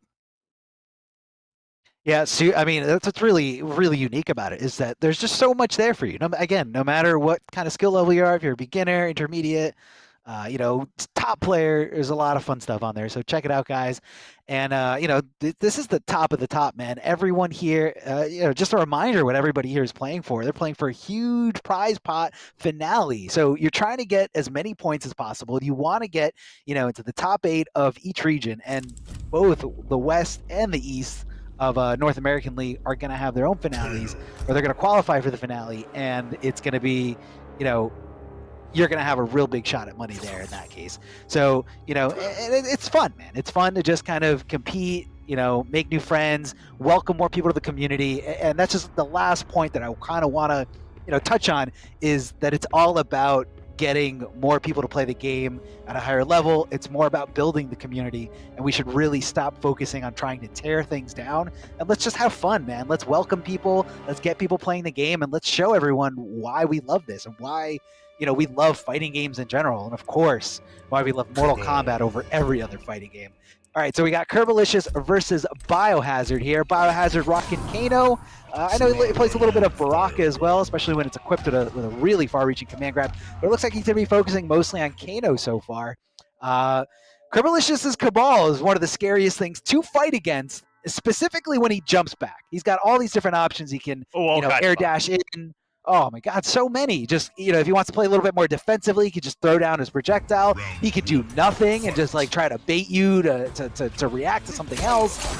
Right there, huge commitment here from Biohazard. Kano's jump 2 is really good, really far reaching, but no matter what, you're pressing a button in the air, you're committing to that landing frame, those landing frames, and that's going to be a big punish. Biohazard getting that command grab to hit there.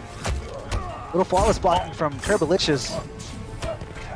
Also at that first round, that first round match that you saw to Biohazard, he saw so many mix-ups with that Vegemite on blocking the raw command grab, and no one's even stopped him from doing it so far, so he hasn't even gotten to layer 2 of that mix-up. I want to see him get to layer 2 here against Curbalicious, where Kerbo is going to start to be disrespectful in those cancels here early on. And this is going to be pretty wild neutral here, because these characters aren't just highly mobile on the ground, but in the air, both of them. Yeah. Kano a little bit more dangerous. Obviously he's got the ability to go for, there it is. And that actually went unpunished. Curbalicious expecting the amplified portion of that move, but it never came. Biohazard poking back, challenging those, those frames that are in his advantage. Big overhead follow up with a big boot. Tries to go for a ticked over. Curbalicious got hit. And Kerbo was disrespectful right there. It saw the Vegemite cancel, tried to take the turn, but he took it with a stand 1, and Biohazard just throwing out, what was that, a down 3 or a down 4, and then stealing the turn back again. A change-up where he finally did something different there, not raw command grab, and still had the read on his opponent. And Kerbo's going to continue to be guessing, just like he is on Wake Up here, and sniped out of the air into the restand for some huge damage. Biohazard, now this is going to be a mix-up. Was it command grab? No, it's overhead. He's going to do it once more. Kerbo trying to get really aggressive with the wake-up buttons, and Biohazard's having none of this. Yeah, getting just sniped out of the air there. That armor did not come into effect here, but Curbalicious trying to make a statement here on his last legs because it's do or die. Biohazard does have the first round, so he's got a huge life lead to make up, but just in that one combo, it did a good portion of it, 41%. Biohazard getting punished there. This time, Curbalicious says, I am ready. You did, I am ready. One more read. No, it's going to be Biohazard jumping over. Making it on the up 3 of Curbalicious to take game number 1. Explosive, high octane is everything that we got in that game number 1. Really good positioning by Biohazard to keep him in the corner. 80% of that match, Curbalicious says back to the wall, and he was guessing so many times and hit advantages off of the cancels, off of just the raw natural staggers that the character has into plus frames. Man, oh man, does no one else show off Kano like Biohazard does. That's absolutely right, man. I mean, not only that, but also I love what he's doing with the back 1, single hit confirmed thanks to Vegemite. So basically he does back 1 into Vegemite. If that back 1 hit you, that one hit, because it's not a string, it's not something that's easily hit confirmable, he can recognize it so quickly and input it so fast that it hit you, keep going, go from Vegemite into Kano Ball to get that maximum damage, or they blocked it, stop everything, and let's wait and play it out from there. Yeah. Oh, he could go for like a command grab if he thinks you're going to keep holding block. It's nuts, man. It's crazy. And it's crazy how he's been offensive with that spot every single time. He has never been defensive in that position off of Vegemite cancel. So far in this top 8, no one has made him do that. Look at the beautiful spacing there. And again, a stagger that you actually have to put a lot of respect on. He backdashes, applies the pressure, put yourself in if you would have blocked it, you're in the same situation for the second time in a row. And this is him, Kerbo, guessing for his life in the corner every single time. And he got the hit confirm again, and that's a beefy damage off of 2 for 240. Stay in this corner. This is disgusting gameplay by Biohazard. Round 2. Yeah, really dominant play, and that's what it is, man. He just, once he gets going, it's just a momentum train. But hold on a second, Curbalicious trying to get some momentum of his own, going over the other side, corner control. But you know what? Kano can just move so quickly on the ground or in the air. Hits him with projectile, not able to convert into anything. Ooh, that was a wild. That was a wild down two by Curbo right there. That was in a forward formation. Kano out of it like, whoa, take it easy. Now it's Curbo. He's going to be the one to put Biohazard here in the corner with a massive health lead. He'll taste some medicine here, and just out of the range of the down ones, putting out those active down 4s. Gets the hit advantage off it. Secure the round. Final round. Fight. Both.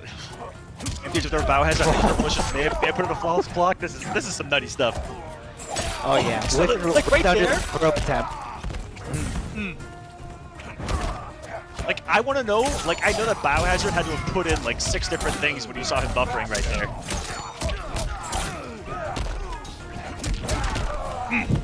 So aggressive on these reads.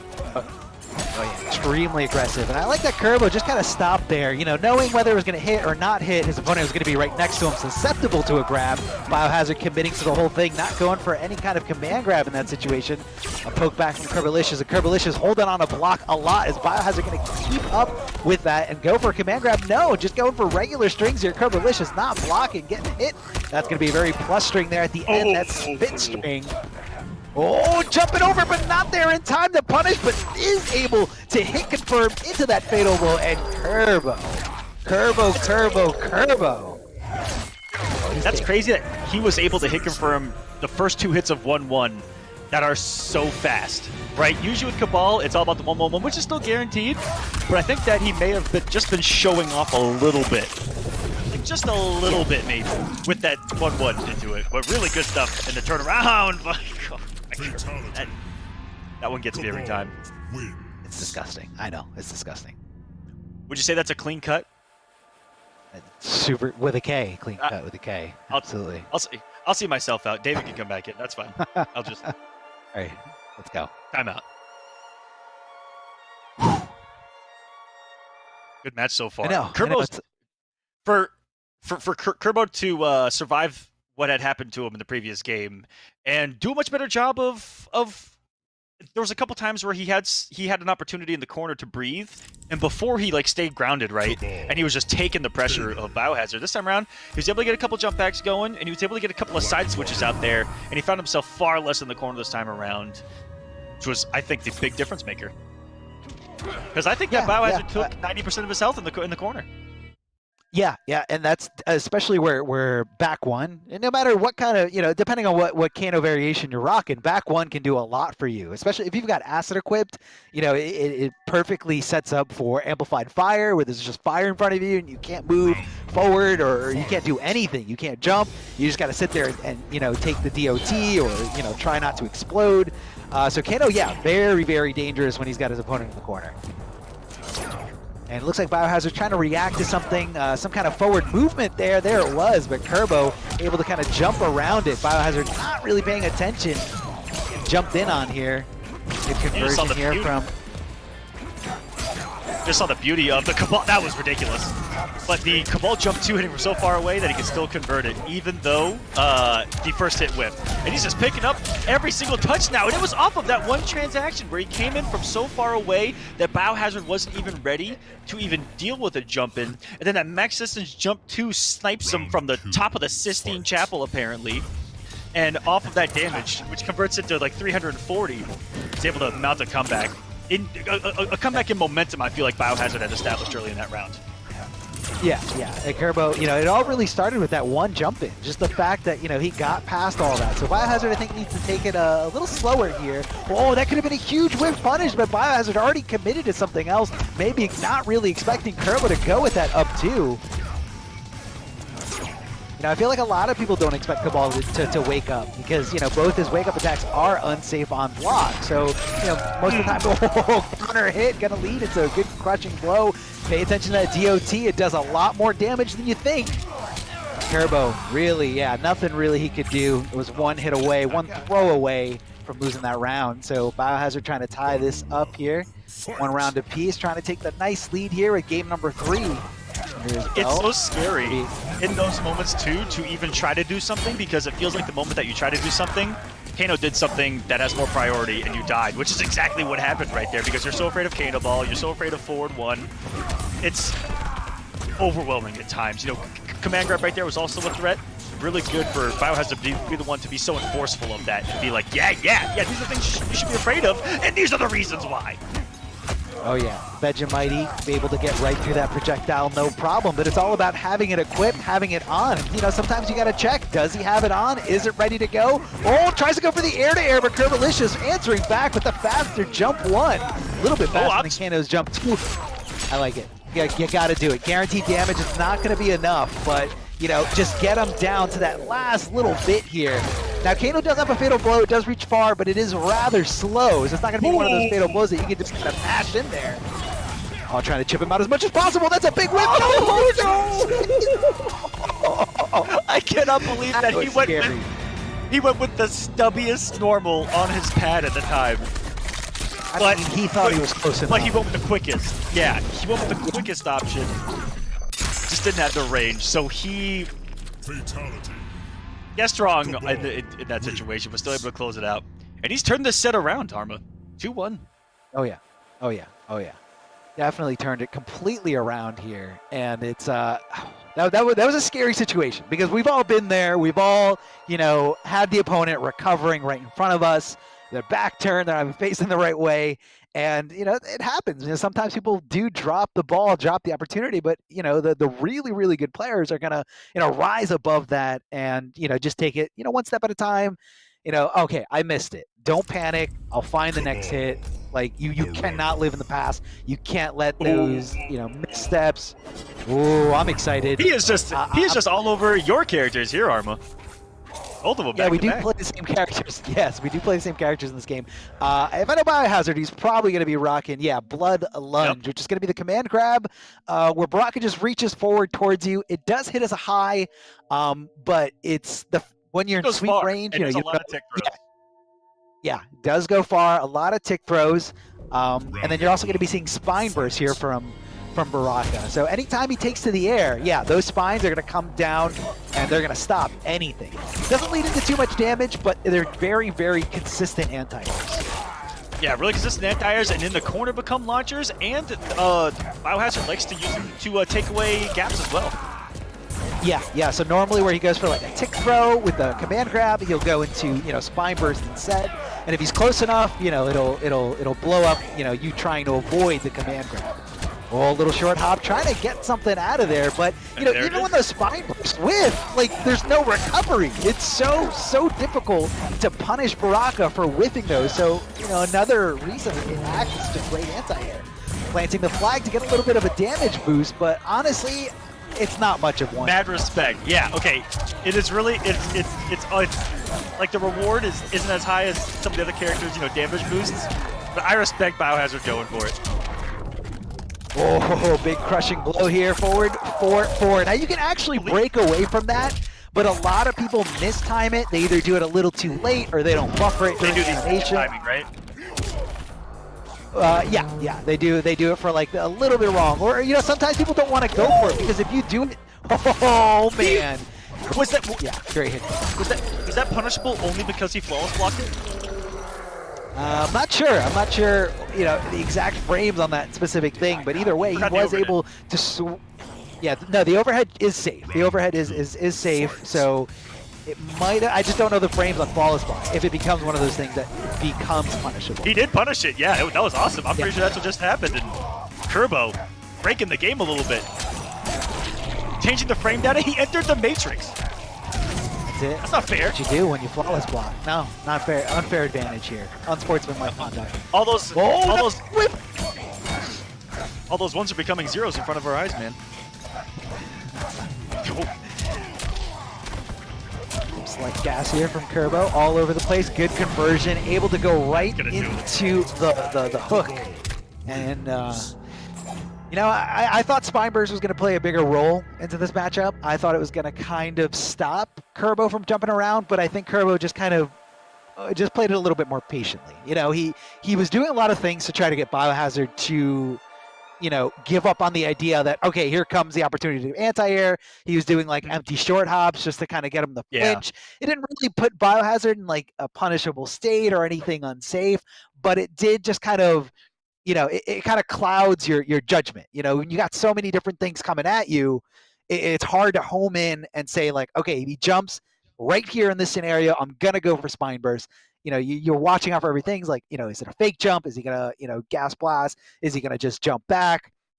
So I feel like that was really the key for Curbo to kind of adapt to, I don't want to say the counter pick, but the different strategy that Biohazard was going for here. Like he was definitely sick and tired of dealing with Cabal's jumping, and he's like, I play a different character that actually has a good anti-air. Let me go to it. And it's not the first time that Kerbo's, run into that matchup or run into a scenario where, well, when a character's got to go to anti-air, I got to play a little bit differently. So, just because something's bad for your character or your strategy on paper doesn't necessarily mean that it's just the, end all be all. Like, you got to still play around to it. There's always going to be a little bit of mind games here and there. And it looked like Biohazard's success when it came to Curbalicious in particular really revolved around getting him to the corner. Even with Baraka, I saw 2 moments where he had opportunity to get some offense going, and instead of taking his turn or using it as some pressure opportunity, he tried to jump over, and he actually got clipped, I think, both times that because he was towards the corner, he wanted to jump over and immediately push Kerbo to the corner and try to establish that kind of extra threat of damage and launcher in the corner, which is what he did with Kano. And the only success he found with Kano was in the corner. Outside of that, Curbalicious really dominated the neutral and controlled the pace of that thing. So good job to Curbalicious. That's why he's going to move on in the lower bracket into the top 5. It is top 4 with that result, because that gets him to semifinals. Yes, facing the winner of Show Off and Gur. And again. So there's the bracket for everyone to follow along to see, what happened, who came down to who. The winners finals that we do have set up, Honeybee and Hijinks, that's definitely going to be a great set here. But we just saw Curbalicious take it over Biohazard, and now the winner of this match is going to be facing Curbalicious, just like Aquaman said right before. And K7 Show Off and Gur are very familiar with each other. They're both from the New York, New Jersey area. They both meet at MKNJ, at least, the first year of this game. So, they're familiar with each other's play styles. I know that K7 feels like Geras has an edge over Sub-Zero, so I don't think we're going to be seeing that character. We're probably going to be seeing more Rain and more likely more Spawn. You know my true mother's identity? I know all of your father's secrets. Tell me, Geras. Round 1. All right, get him, Rain. And yeah, I've honestly been surprised, because Sub-Zero was a character that was great and remained great and maybe even got a little bit better since Ultimate, but it's been Show Off who's strayed away from that kind of, I don't know. Like, I'm not too sure why he made the complete switch, but it has been almost primarily Rain Spawn. Yeah. Maybe more fitting of his playstyle. Ooh! Yeah, definitely a little bit more fitting of his play style, but a great player no matter what. Yeah, because it's even he was one of those Sub-Zeros that, he was one of those Sub-Zeros that played really slow in comparison. That's gonna be a lot of damage. But played that slower, spacing-oriented Sub-Zero. And I think that's what he really likes about Rain, is because it does involve an awful lot of spacing with the tools that he has and the movement to put yourself in those positions. And I think that's what Show Off likes about this character and Spawn, is that it's range, it's very highly mobile, great wave dashes, great walk speeds, great dash speeds, great wonderful projectiles that do control the pace of matches. It's going to be hard to control the pace of the match in this one in particular. He's done it so far.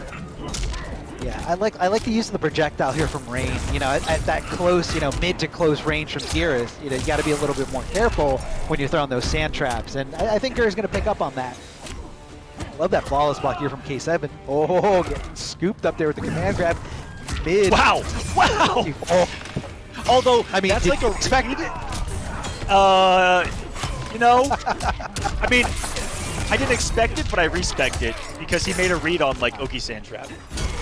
Yeah, he definitely thought that was coming his way. Down 2 here from Gur. Not leading into any crushing blow.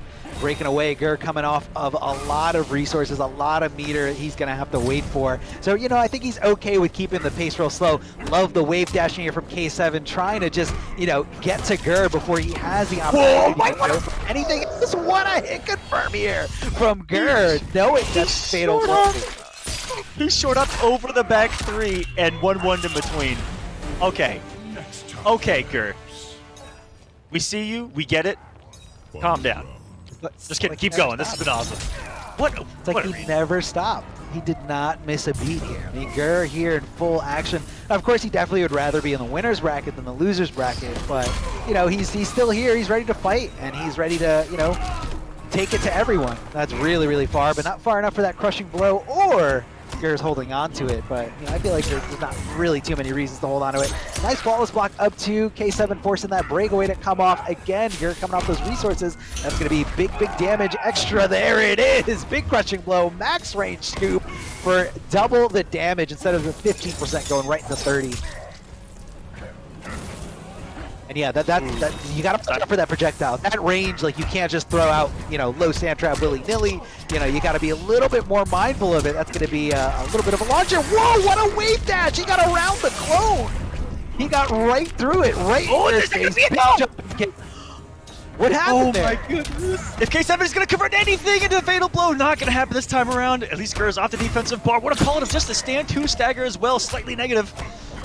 Oh boy, he's just swinging it. Gur puts it on the tick throw into the mid command grab. And that is a threat that still surprises people, I think, from Gears, who went through years of infinite wardens. And Gur, who also plays full screen 98% of the time, up close, still has a mid command grab threat. And that felt like 2 games, Arma. I looked at the scoreboard and went, why isn't there a 1 on the side of one of these guys? That was a grueling game number 1. Yeah, Gur likes to, you know, kind of shut off your... Gur likes to make you feel like, you know, you can't play neutral. You know, with Sand Trap, it just kind of stops you in your tracks. You try to jump, he'll trip guard you, you know, hit you before you even hit the ground. But it kind of was going back and forth because of that projectile from Rain, a little bit, one of the faster projectiles. So really able to kind of shut Geras down once he, you know, got to that mid-screen. That mid-screen range, and so, you know, Gur had to kind of think of, you know, do something a little bit different, not really just go over the low sand traps, but instead, you know, try to, you know, hit him with mids, and consider the command grab a little bit more. I think I saw Gur command grab in that game, that one game, a lot more than I've seen him when he's in full control. So, you know, K7 is definitely doing the right thing. You know, he's picking at Gur just little by little. And, he actually forced him to yeah, he actually forced him to play a little more up close than I think Gur's used to, because let me tell you something about Rain that I personally feel. That Rain, it's hard to stop Rain from at least playing the game and playing the game that he wants to play, in that he gets to control the pace of the match a little bit with the movement, with the projectiles. He was able to establish that really early on against Gur, and it forced the up closeness of it all. And there's the mid command grab again, and the mid command grab, the only thing stopping it is if you hold up, is if you are not on the ground, and that's why you see Gur go for it maybe a little bit more. It's because it's hard to stop without taking a pretty decent risk. Yeah. Big risk. You know, whenever you leave the ground, you can't block. You're susceptible to getting, you know, punished, getting hit out of the air. Look at that, K7. Just the movement here. Yeah. Okay. Oh yeah. Pretty good damage. Beautiful. I like the fact that he stayed with the space control here, trying to keep Gur in the corner. You know, demobilize him. He's so good at getting away from that. He's one of the only characters that can wave dash fast enough to get away from that, because he didn't want to deal with it. So, you know, he doesn't want to deal with the mix-up. Is he going to teleport into it and be right next to me? He could go for command grab, he could go for mid, he could just start swinging, or he could just pop that clone, and, you know, it's a lot of, you know, block advantage in Gur's favor. So he just wants nothing to do with it. Just get away from it. Just get away from it as quickly as possible. Beautiful instant jump one right there by Gur, you know, taking us back to the Injustice 1 days on that ring. That thing was beautiful. Ooh, and even there could have mixed up with command grab or not. And Gur's changed things up. He backed off a little bit, rebuilt the space here, and you never know which Gur you're going to get. Every time he touches you, right there of a neutral reset or the pressure. And Gur has just turned this up to 11 here and has only gone with the pressure. And that's how you turn that around. It was everything that I don't know, that makes Gur a top player, and that the moment that you think you've got him figured out, he can just switch into something completely different. Yeah, it's like he has this you know, consciousness to you know, stop playing, you know, one style and go for a completely different style. So it makes it a little bit harder to read, a little bit harder to predict, and that's what a lot of mix-up characters, you know, including characters with command grabs, you really got to do. Sometimes you just got to say, this round I'm going to go for very few command grabs to just keep him on his toes. I love that poke here from K7, trying to just get that turn, trying to establish his, time to go for something. That's going to be a big armor break, and that's going to be the crushing blow requirement for it. A lot of damage. So Gur coming down very, very low on this life bar. Almost has access to the fatal blow, but let's see if he even gets there. Backs off. I guess he was anticipating the forward wave dash here from Rain. Very mobile character, so you don't really get as great of an Oki. Is he initiate a wave dash? So afraid of, because you never know what Gur's going to do with that clone. You don't know if he's going to teleport in. Yeah. You don't know if he's going to explode it, or if he's going to use the fear that you're already in to move forward and then play their different range where he can pressure into it as well. And there you go. Keep guessing. Just gave him access to that fatal blow. Literally gave him access to that fatal blow by chipping him down, and only because of that one fact, the fact that he had fatal blow before him, K7 was one hit away from taking that round, and Gur just gotta hold that. I don't think that was his intention. Obviously, he wanted to hit to, set it up for a point situation. But yeah, no, it is definitely heartbreaking knowing that your opponent's got a slight little edge over you in that scenario, but you got to keep that in mind. You got to realize what risk is coming out of this. If he blocks it, he's gonna get fatal blow, and if he gets fatal blow, he's got access to the the game-winning hand, the game-winning strategy here. He's just got to hit confirm one thing, boom, fatal blow, and I'm dead. So now, really, what set up that hit confirm? What set up that hit confirm in the first place was the fact that Rain's forward dash defies logic.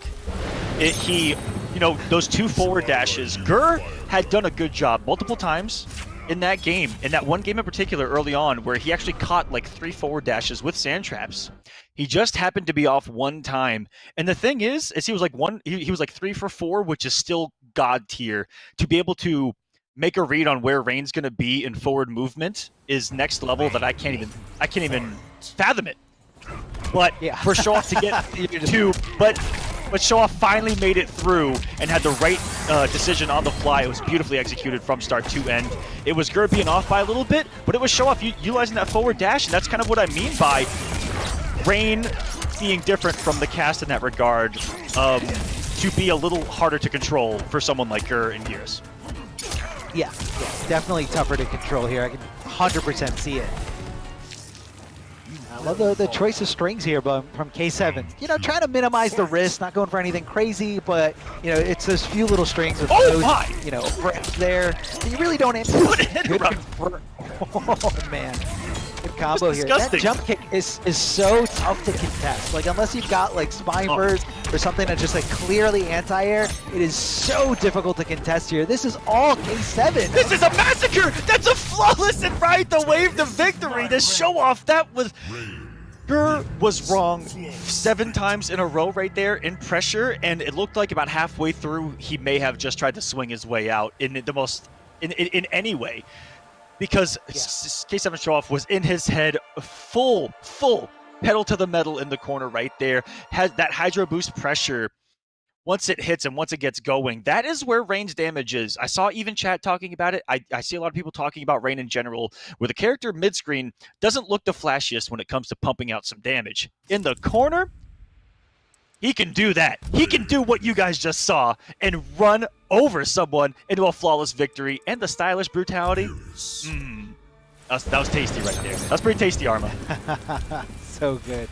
I mean, it's just interesting to see that a player can come from such a it was close. So far this set has been very close, but that's how powerful these players are. That even against the best, they're able to just kind of dictate that momentum and dictate the pace of the match. He threw Gur in the corner. He never got out of there. Yep. It was crazy how like game 1. Or sorry, game 2 there felt like 30 minutes. And that was 30 seconds. Yeah. Super fast. Oh, and another really good tool for Showoff right there of being off the ground, being -1 off of it. So smart. He has gotten around those sand traps really well. Yeah. One of Gur's favorite tools to keep people away. Yeah, he's trying to get into that range where Gur's a little bit, less comfortable. Gur, of course, wants to throw you into the sand pit, wants to go for, low sand trap, and just kind of keep the opponent at bay here. And K7 is bypassing that and putting himself at a very, very slight disadvantage and getting to that. What? Did he just... Was that a punish on down one? Did he just false block it down one and punish it? Oh no. I need to see that one back. Just saw. Oh my we god. 100% need to see that.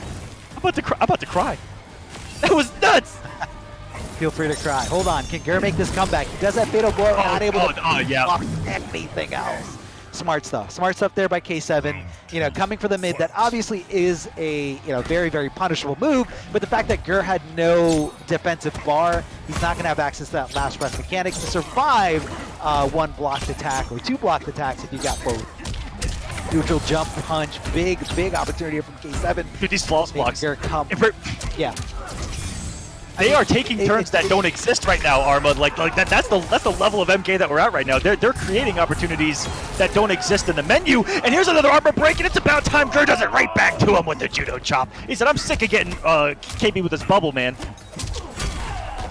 Yeah, and that's definitely one of the harder armor breaks to pull off just because that hitbox is so small. Like, you have to be very, very specific with the timing of, when they break away, if they break away really early or a little bit later. Yeah.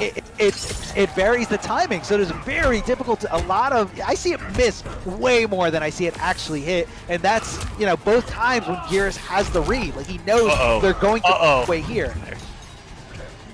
I thought we were about to see it for another 30 right there. We're trying to send us to game number 5. Yeah. Sets us full screen. We're getting the good stuff going here. Summoning the entire Sahara Desert at his disposal right now. Oh my goodness. Emo tap, and he gets the 4-2 to hit. Oh no. The command grab character's worst nightmare is when someone gets hit. Imagine that. Imagine a world where someone getting hit is not what you want. Exactly. You got to play to it. You got to understand the risks with everything that you're going for. Oh, big three. Yeah. Big knee, forward 3. That's what the knee do without active frames. That's the thing about forward 3. It's so active. It just sucks things up. Okay.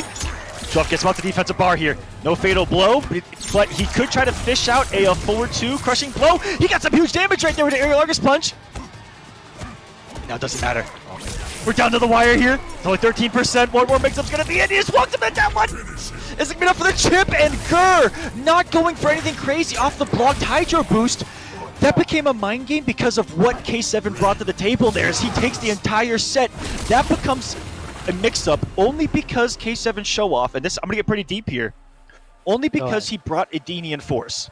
If he did not have Edenian Force, Gur can get a lot more ballsy with trying to either just down 2 right there or flawless block a mix-up that's one of 2 things: jump kick or jump punch, and that is it.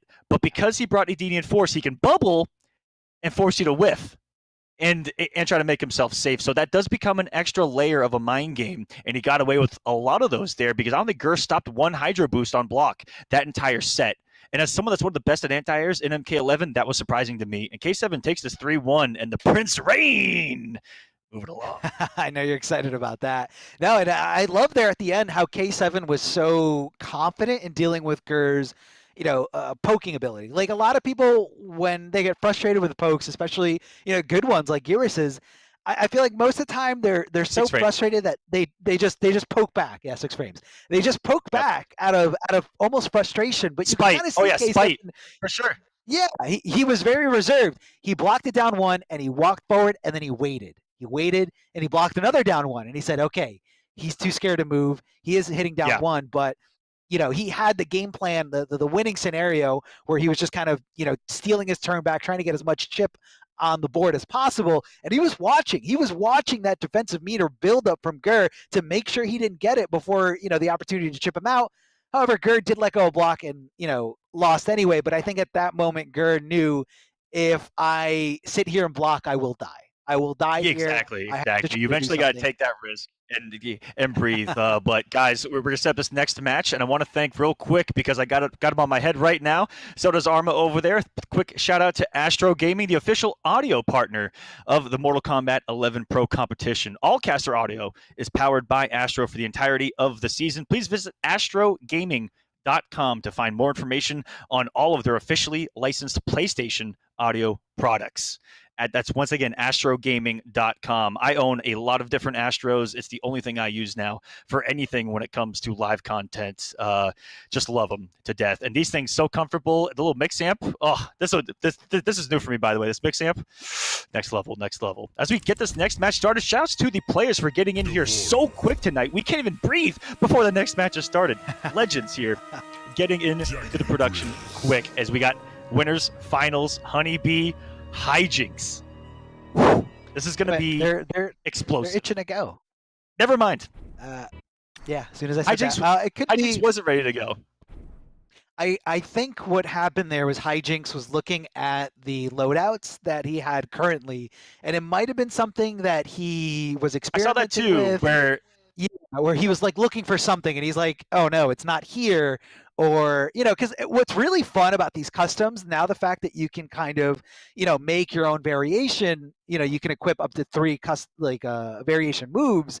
You can kind of think about it when you're not playing. Like, this move is really good to deal with, this specific tool, and then this move is also good to deal with, another specific tool from that character. So it could have been one of those scenarios, and now Hijinks, realizing that, so you know what, this is a good opportunity. Let me try to, deal with that, and let me try to, get on the board or try to get any kind of edge that we're getting here. So we just gotta wait, and Hijinks will be in here shortly. Yeah. And Honeybee's been.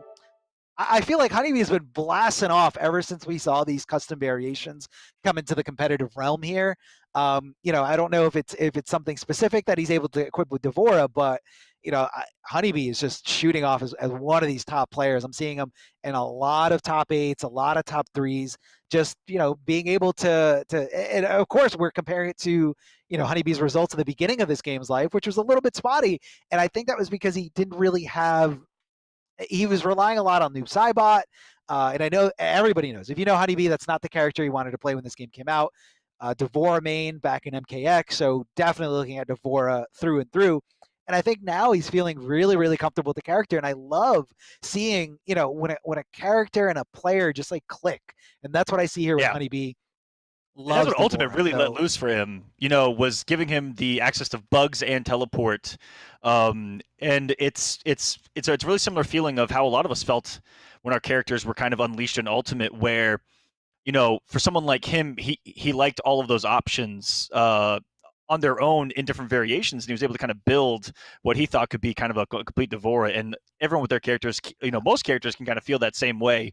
For someone like me and Honeybee going back to MKX, he had so many options back then. It was so easy to so many things, and with me with Kodal, I got to build all 3 variations combined to build an Ultracon, things like that it was really cool to do. And with with all these other characters that there are a few where I feel like you could have 7 different loadouts and have one little individual thing that could be specific for a particular matchup, where you can bring in a character for as many situations as possible. Or some of these young players just like to have 1 or 2 on every character, and they just play every character. But some of us aren't like that, okay? All right, it's really hard to learn every character in the game at the highest possible level. So I would start with one if I'm giving out any advice right now to any beginners out there who have entered the pro competition for the first time. And there were so many of them this week. So many new entrants in the pro competition. So many players. If you guys are watching this for the first time, thank you guys so much for entering. I hope you guys had a great time. If you guys need any help learning anything at any of us here in the community, we'll let you know. We'll get you the resources possible. CombatAcademy.com is a great place to learn. A lot of these streamers just jump in, say hi. If they don't say anything, let me know. I'll get on them. You know what I mean? He will. I've seen it. It's ugly. Just gotta hit him with it. Yeah, absolutely. But thank you so much, because with growth comes endless possibilities here in the Mortal Kombat community. Yes.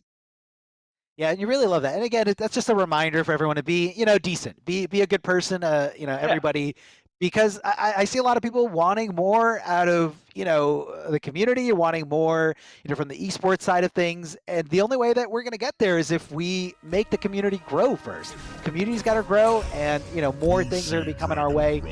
And you know, you just love seeing it. You love seeing the new faces. You know, you have a lot of people who are like, I've been playing Mortal Kombat for years and years and years, and I had no idea there was this whole competitive aspect to it. These offline tournaments, so much to offer here, and that's what I love about just being in the FGC. So many things in terms of like content, streamers at home, offline tournaments. Once our world goes back to some kind of normalcy. Got a swarm So in there, here we go. huh? Hijinks versus Honey. This one will be pleased to show you. Winners Let's keep it finals. locked up, shall we? Hijinks making a blockbuster run on the winner's side. This looks like we might be having a little bit of a connection issue here, as it has gone back to back here in the lobby. Not working out for us here, which looked like it did happen on the first time around. I did see the last second that Honeybee had left as well. So maybe these rooms are just exploding, guys. Sometimes satellites in outer space don't connect to things properly, and like the wavelengths that are going through the air. You know, one wavelength could be doing that, and the others doing this, and like things just don't. That's the only reason I've got to go with. Yeah, if I'm being honest with you guys. That's it. I mean, it's the internet. You know, it's the internet. Yeah, sometimes your mom's like vacuuming and she like knocks the router over and she's like, "Oh, were you doing something important? Because I just decided to unplug this for no reason so I could vacuum behind." And that happened in Russia, but that happens in Russia. Butterfly effect to getting disconnect that King of the Hill disconnected here. That's it. Now you're just making things up. Yeah, absolutely. Now you're just making things up. Yep. No, but you know, obviously this is a little bit of a, you know, you got to bear with us. We got to bear with the players to make sure everything is, you know, steady and making sure everything's right. Another thing, being a part of this competition, you got to make sure you're on wired to get the best possible connection that you can in order to, you know, have a great fight. I do have an update, by the way. You know, the other competitors. Tell me. I do have a quick update, guys. It is only our broadcaster that dropped out of that last one. The players are still playing that game number 1, and it is going to count. They are going through game number 1 right now. It is finishing up. I actually just heard it in my ear that it's still going on. Yeah. which means that our broadcaster did get back in, so we should get in for game number 2, and we'll give you an update as far as who took game number 1 once that finishes up. Until then, I'm going to keep making up excuses as to why we're not seeing that. Yeah, so our broadcaster, you know, it happens, you know, some things are a little unpredictable. Right now in the East Coast, we just went through a huge snowstorm in the Northeast. I know that's the one thing you miss about living on the East Coast, isn't it, Aquaman? The snow, the snow, the snow. Not anymore. You miss snow. Not anymore. Not anymore. Now that he's a Texas man. I will say that one thing I missed about the East Coast was the plethora of tournaments that used to happen over there. You know, it's very populated. You know. Unfortunately, we're in the times that we are, and location doesn't matter so much anymore. But that's definitely one thing that I did miss about over there was that the Northeast. There's a reason why the East pro competition is the hardest one in the world, because it's very heavily populated, not just overall, but with great players up and down that coastline. It's disgusting, and not just U.S. only, going all the way up to Canada there on the East Coast side of things as well. Yeah, I mean, I think it's a numbers thing. You know, when you have more highly populated area, you're going to have more players. You're going to have more people that can, you know, become friends, and you know, you make yourselves better players. And I've seen it all the time. You know, you have 2 intermediate players, and you know, they get together and you learn things. You talk about matchups, and you just kind of help yourself, like help each other, kind of just boost up there, just like figuring out like how to get to the next level. Of being that great player. But it looks like we are in there. I don't know who won that first game. Hijinks. Yeah, let's see if we can get it 1-0. Hijinks won it. Hijinks. Okay. Yep. Hijinks taking it 1-0, guys. Hijinks is having himself a tournament of a lifetime. Yeah. What we saw in that first round against Curbalicious, where he was able to once kind of getting settled, took that 3-game straight after the first game, and it was disgusting how comfortable he looked up close against someone like Kerbo, who to me is one of the best players on the planet up close, in general. And he had no fear. And already taking game 1 here against Honeybee, even though we didn't get to see it, he had to have done some crazy stuff. Honeybee has also been on point tonight. But this is the best hijinks I've ever seen. Something's clicking. Can Honeybee stop it here? And Honeybee's the veteran in this situation here, Arma. Oh, it definitely is. You know, competitive life has dated all the way back to 2013, 2014 with, yeah, 13 or 14 with Injustice 1. And really just never stopped. Kept playing competitively as much as possible and trying to do something here. I want to start it from Hijinks, who started with an input error. You know, you saw early he actually missed the leap input early on. Execution Salt second time around, he didn't lose too much health getting there either. Let's go tie us up here. No breakaway. Good bet. Oh, what a challenge right there. Are you kidding me? With the bug coming in hot, with the jump in coming. Hijinks having the audacity to put on the down 4 and then right in his face gets him with the raw fatal blow. Max distance. Not an easy call out for Jackie to raw fatal blow either. Insane. Oh. The decision making. He needs one, but okay, GG's. Yeah, throwing down the ooze. Especially when you're touching that ooze, you're slowly losing a little bit of life. So when you're down to nothing, you know, it's basically a loss situation here. But Honeybee able to get the next one here, able to throw down the Oki bug. Oh, okay. Tries to stay in the air to kind of mess up the combo as much as possible, but looks like you're picking up on something, Aquaman.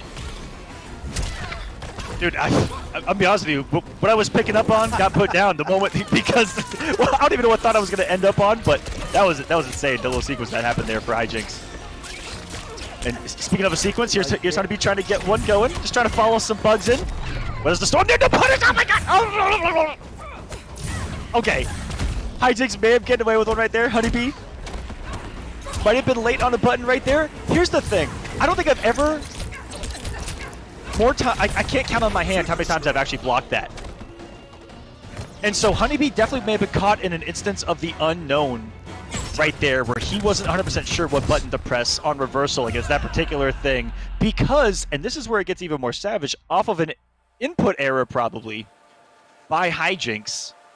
And in that moment, Hijinks being the far even more savage of the two, taking a down 2 out in that situation. Oh my goodness. Yeah, it's big bets that are paying off, and they're there. I mean, when those bets pay off, though, the down 2s, you know, lead into crushing blows, or, you know, if they get blocked, they're safe anyway. It's a lot of reward here, and, you know, a good chunk of damage, even if it doesn't crushing blow. And I feel like sometimes it's like the go-to panic button. You don't know what to do in a situation, let go block for just 1 second and hit that down 2. It might lead into some good damage. It might just get them off of you, or they might just not punish it at all, especially if it's making contact, it's getting blocked. Right now, Honeybee in a very, very dire situation here. Down 2-0 in this winner's finals. You definitely want the cushier seat in grand finals coming from the winner's side. However, if Honeybee does go down here, it's not going to be the end of his tournament run. You got to lose 2 entire sets to be out of this tournament completely. Good challenge from Honeybee, dashing forward, getting under those projectiles, making sure that combo does hit, going right into some more Oki setup here with the little bug.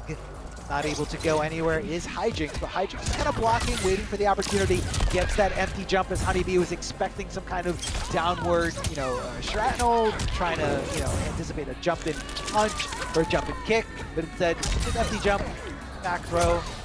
A perfect thing to do when somebody's just over defensive and just kind of blocking, holding on the block, waiting for their opportunity. All right, coming down hot. Here's Hijinks trying to mount a comeback. We've seen crazier things happen. She's got a lot of unbreakable damage locked and loaded. She's trying to make some big reads here, and Honeybee's burned him for like 3 of them so far, and he's got the punish this time around. This is Honeybee starting to make some adjustments now, Arma, and it was seeing that punish right there. Honeybee's gonna go, okay, I can punish it, and he just got away with one in the last game, and that's gonna settle him down mentally a little bit. I think that always does me in those quick moments that can take a round. Yeah, the clarity of the situation. and then he just teleports. Honeybee, you never know what you're gonna get. He's like a box of chocolates in that regard. Okay. All right. Bug in play. Only half the chat got that reference. Yeah. Everyone else is way too young for that. Throwing here. Here comes the Oki. Stop. He got away from the bug. Moves here. That was actually really good. Yeah, very smart stuff. A lot of people like to go for anything that just either knocks the Bora back, a lot of, you know, hit animation, or in that case, Hijinks just said, I'm getting out of here because if I get hit by these bugs, I'm going to lose. lot of DOT in play here. Big jump in from Jackie, but doesn't hit the right side. Somehow it turned into some kind of weird little frame trap where Honeybee thought he could swing, but Jackie was already swinging, leading to some good damage. Can Hijinks make this little comeback? Oh, this is gonna be crazy. Like, I feel like this is gonna come out. Some kind of crazy read. No punish. Is he gonna be up for the chip out? No! Oh my god, he did it! Only a real master comeback with no defensive bar on a 20 hit off a positive rush. That was one hit from doing it. I can't believe it. I can't believe it. Honeybee's in disbelief of the fact that all those hits from, you know, EX Pokey thing wasn't enough. It wasn't enough. It literally needed one more poke. That means the difference between a flawless block or one more down one. If it could have got blocked, that entire round would have been Honeybee's game right there. Oh! Ducking up there, but not committing to the whole thing. Or that last part just whipping. Yeah, it looks like there's some reason there. Oh no, Honeybee still not letting that phase him whatsoever. Got a good position here. Waits out. The goop. Oh, a mix-up in and of its own off of the leap right there. And Hijinks just wanted to get into the corner with that back throw, it looked like, and actually got that down to the whip, but didn't come in up the string. Somehow that down two whip, it was right next to her. Now Hijinks in full control. Back throw here, able to go in for some pressure. Honeybee trying to roll out of there, but unfortunately gets hit by Jack. What attack! Down. Oh my goodness, that's some big damage. He's gonna put down some dot, and he maxes it, did it, Honeybee, with the RKO out of nowhere! Are you kidding me, this match? I can't. I'm done. I'm leaving. There was no other option that would have worked. There was literally no other offensive option that would have worked in that scenario. But Honeybee didn't want to back off because he knew Hijinks was just going to throw the goop, the DOT, the damage over time property all over the map or anywhere Honeybee was thinking about going. So Honeybee said, let's bypass that entirely. Let's go for the fatal blow, which is very unsafe on block. And let's try to, you know, link into this animation that makes all the DOT, all the property on the field completely disappear. And it was enough. It was enough to kill Jackie in that scenario. So that was literally down to the wire. And Hijinks both of those rounds comeback. Yeah. Both of those rounds, the literal 90% health comeback. I think he had 100 HP versus Honeybee's like 95 in the previous round to make the comeback happen, and then to put Honeybee in a situation where he almost does it again. But you know how good that had to feel to clutch out that moment, to get him back in this winner's finals. So not even have to worry about the lower bracket right now, to try to make this comeback happen. The veteran's been here before. Gotta be feeling good in those situations. Honeybee got going there a little bit with those bugs. Hijinks, he did like smarter setups that looked like it took Hijinks' ability away to disrespect. It looks like Honeybee's going for a little less risky setups that have a little air to him, where he's backing up jails with the bugs versus breathing room. And that's been one adjustment I've seen out of Honeybee so far, because those disrespects in the one round we saw, the first game we saw on stream, was incredible. How much he was able to press buttons there and get away with it and get big damage. Speaking of. Oh yeah, it's going to leave you some good damage here. Hit confirm from Honeybee. Oh, drops the follow-up there, though. Hold on a second. Knowing Hijinks' tendency to kind of poke in that scenario, a lot of people like to, you know, answer back with something that low profiles their body as soon as they come up off the ground. So in that case, Hijinks went with a low, with a crouching kick, just to kind of, you know, keep Honeybee away. But Honeybee able to space that out perfectly, just far enough for those tentacles of hers to just kind of reach there and able to go into some good damage here. Oh, the control right now by Honeybee. Yeah, he's not trying to go into anything crazy. Just looking for those straight hits. And Hijinks just that's the first time. First time I saw Honeybee set up like a follow-up to the thing that's supposed to be the follow-up. Like, he actually just kept that going and once more really tried to not only get Hijinks to press a button, but to have something there waiting for it just in case. Not gonna have a bug on him for the crushing blow. And taking a really big risk there was Honeybee. I'm not too sure what that was for, but we've seen this story before. I mean, that one risk, that one scenario cost Honeybee over 40% of his life. But either way, able to kind of just keep it safe. Even if he was able to, you know, block that, it might have been enough time for Honeybee to get that bar. Maybe that's what Honeybee was anticipating. Amplifying that move there at the end does make it safe. And then there's also the little mind game between, you know, is he going to amplify it or is he not going to amplify it to save the meter for the next one? So it's kind of tricky. You're always really got to be on your toes. And I mean, I'm just going to say it. Right now, it feels like Honeybee has made a pure adaptation to the playstyle of Hijinks, and I'm seeing someone who's really, really in control here. So Hijinks could switch it up here by changing the variation a little bit, but I feel like for the most part, Hijinks is a Jackie main through and through. So let's see what happens. I think that, so for Honeybee, it was that kind of like tightening up of the pressure.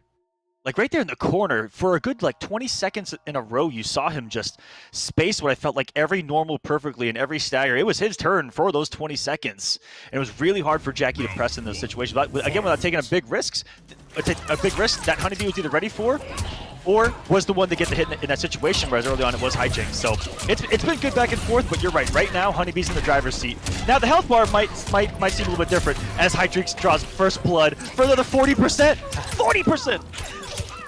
Well, I was going to make a comment on that last game. It looked like Honeybee wasn't going for many throws at all. He was just trying to keep it safe. Go strike, strike, strike. And as soon as he went for a throw in this game, he actually got hit and full combo punish from Hijinks. So I don't really think Honeybee needs to mix it up that much at all. I think he needs to just keep going with it and just kind of, hope that he's fighting through this tendency of Hijinks, for Hijinks to always look for, the throw. Hijinks is always looking for the risky maneuver. And Honeybee just shouldn't. Oh, there we go. And look, all of these are working now. And it could just be that little of a difference from those early games to now, is that simply things are working that weren't working before, either whether it was a really high risk by Hijinks or it was just, again, Honeybee maybe not being as tight with where he's placing and when he's placing those buttons. But man, is he on a roll right now. And now at match point to reverse 3-0 this into grand finals?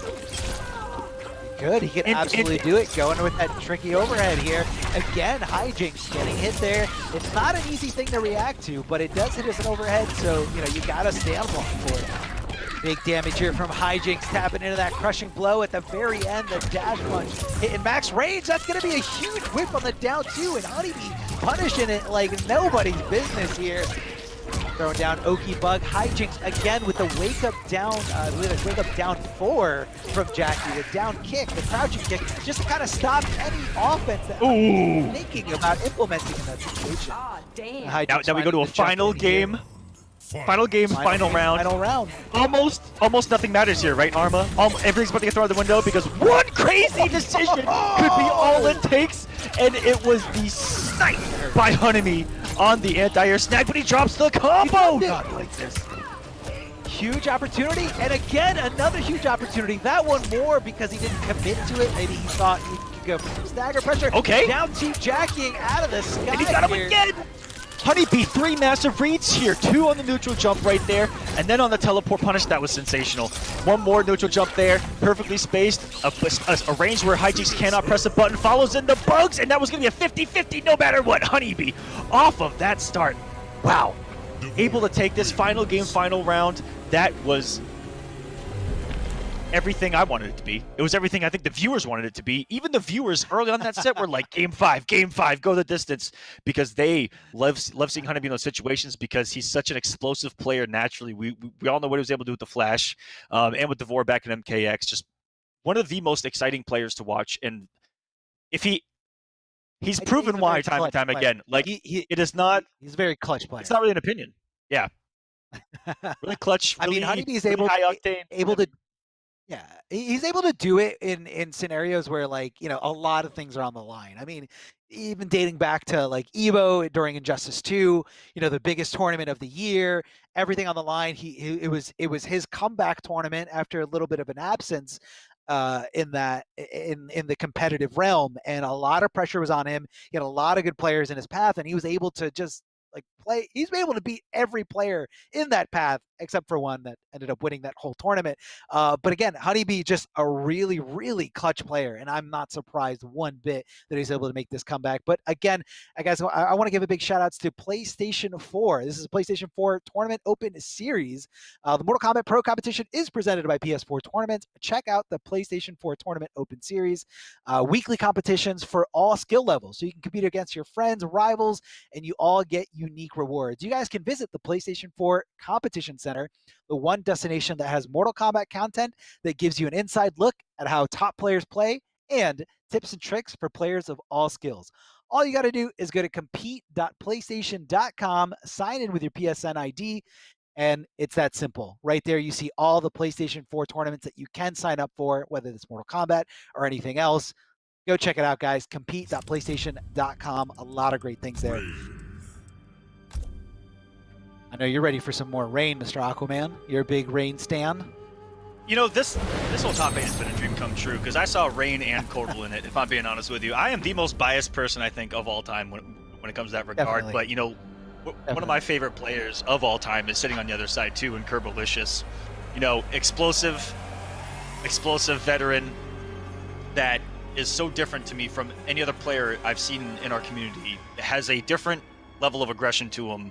Like, he's built differently. And sometimes people...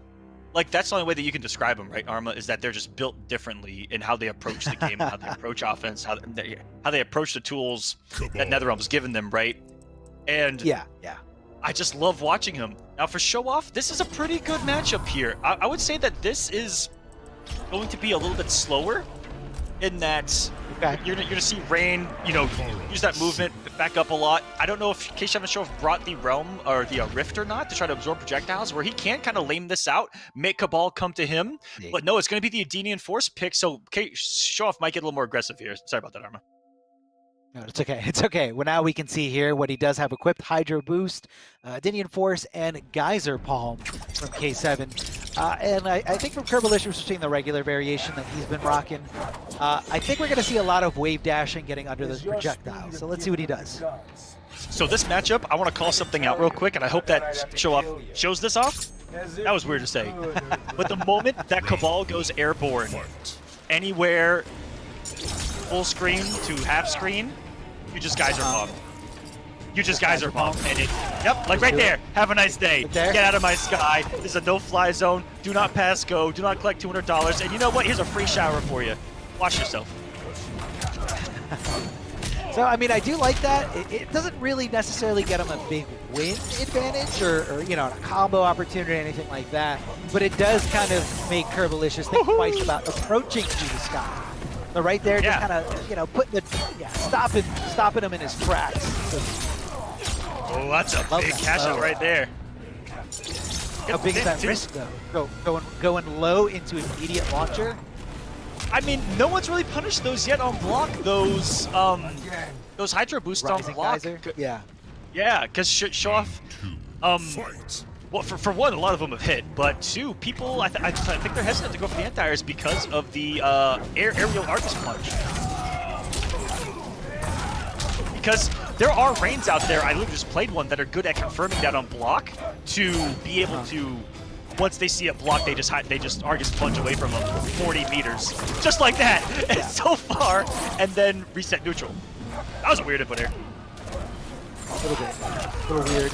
Back throw here from Curbalicious.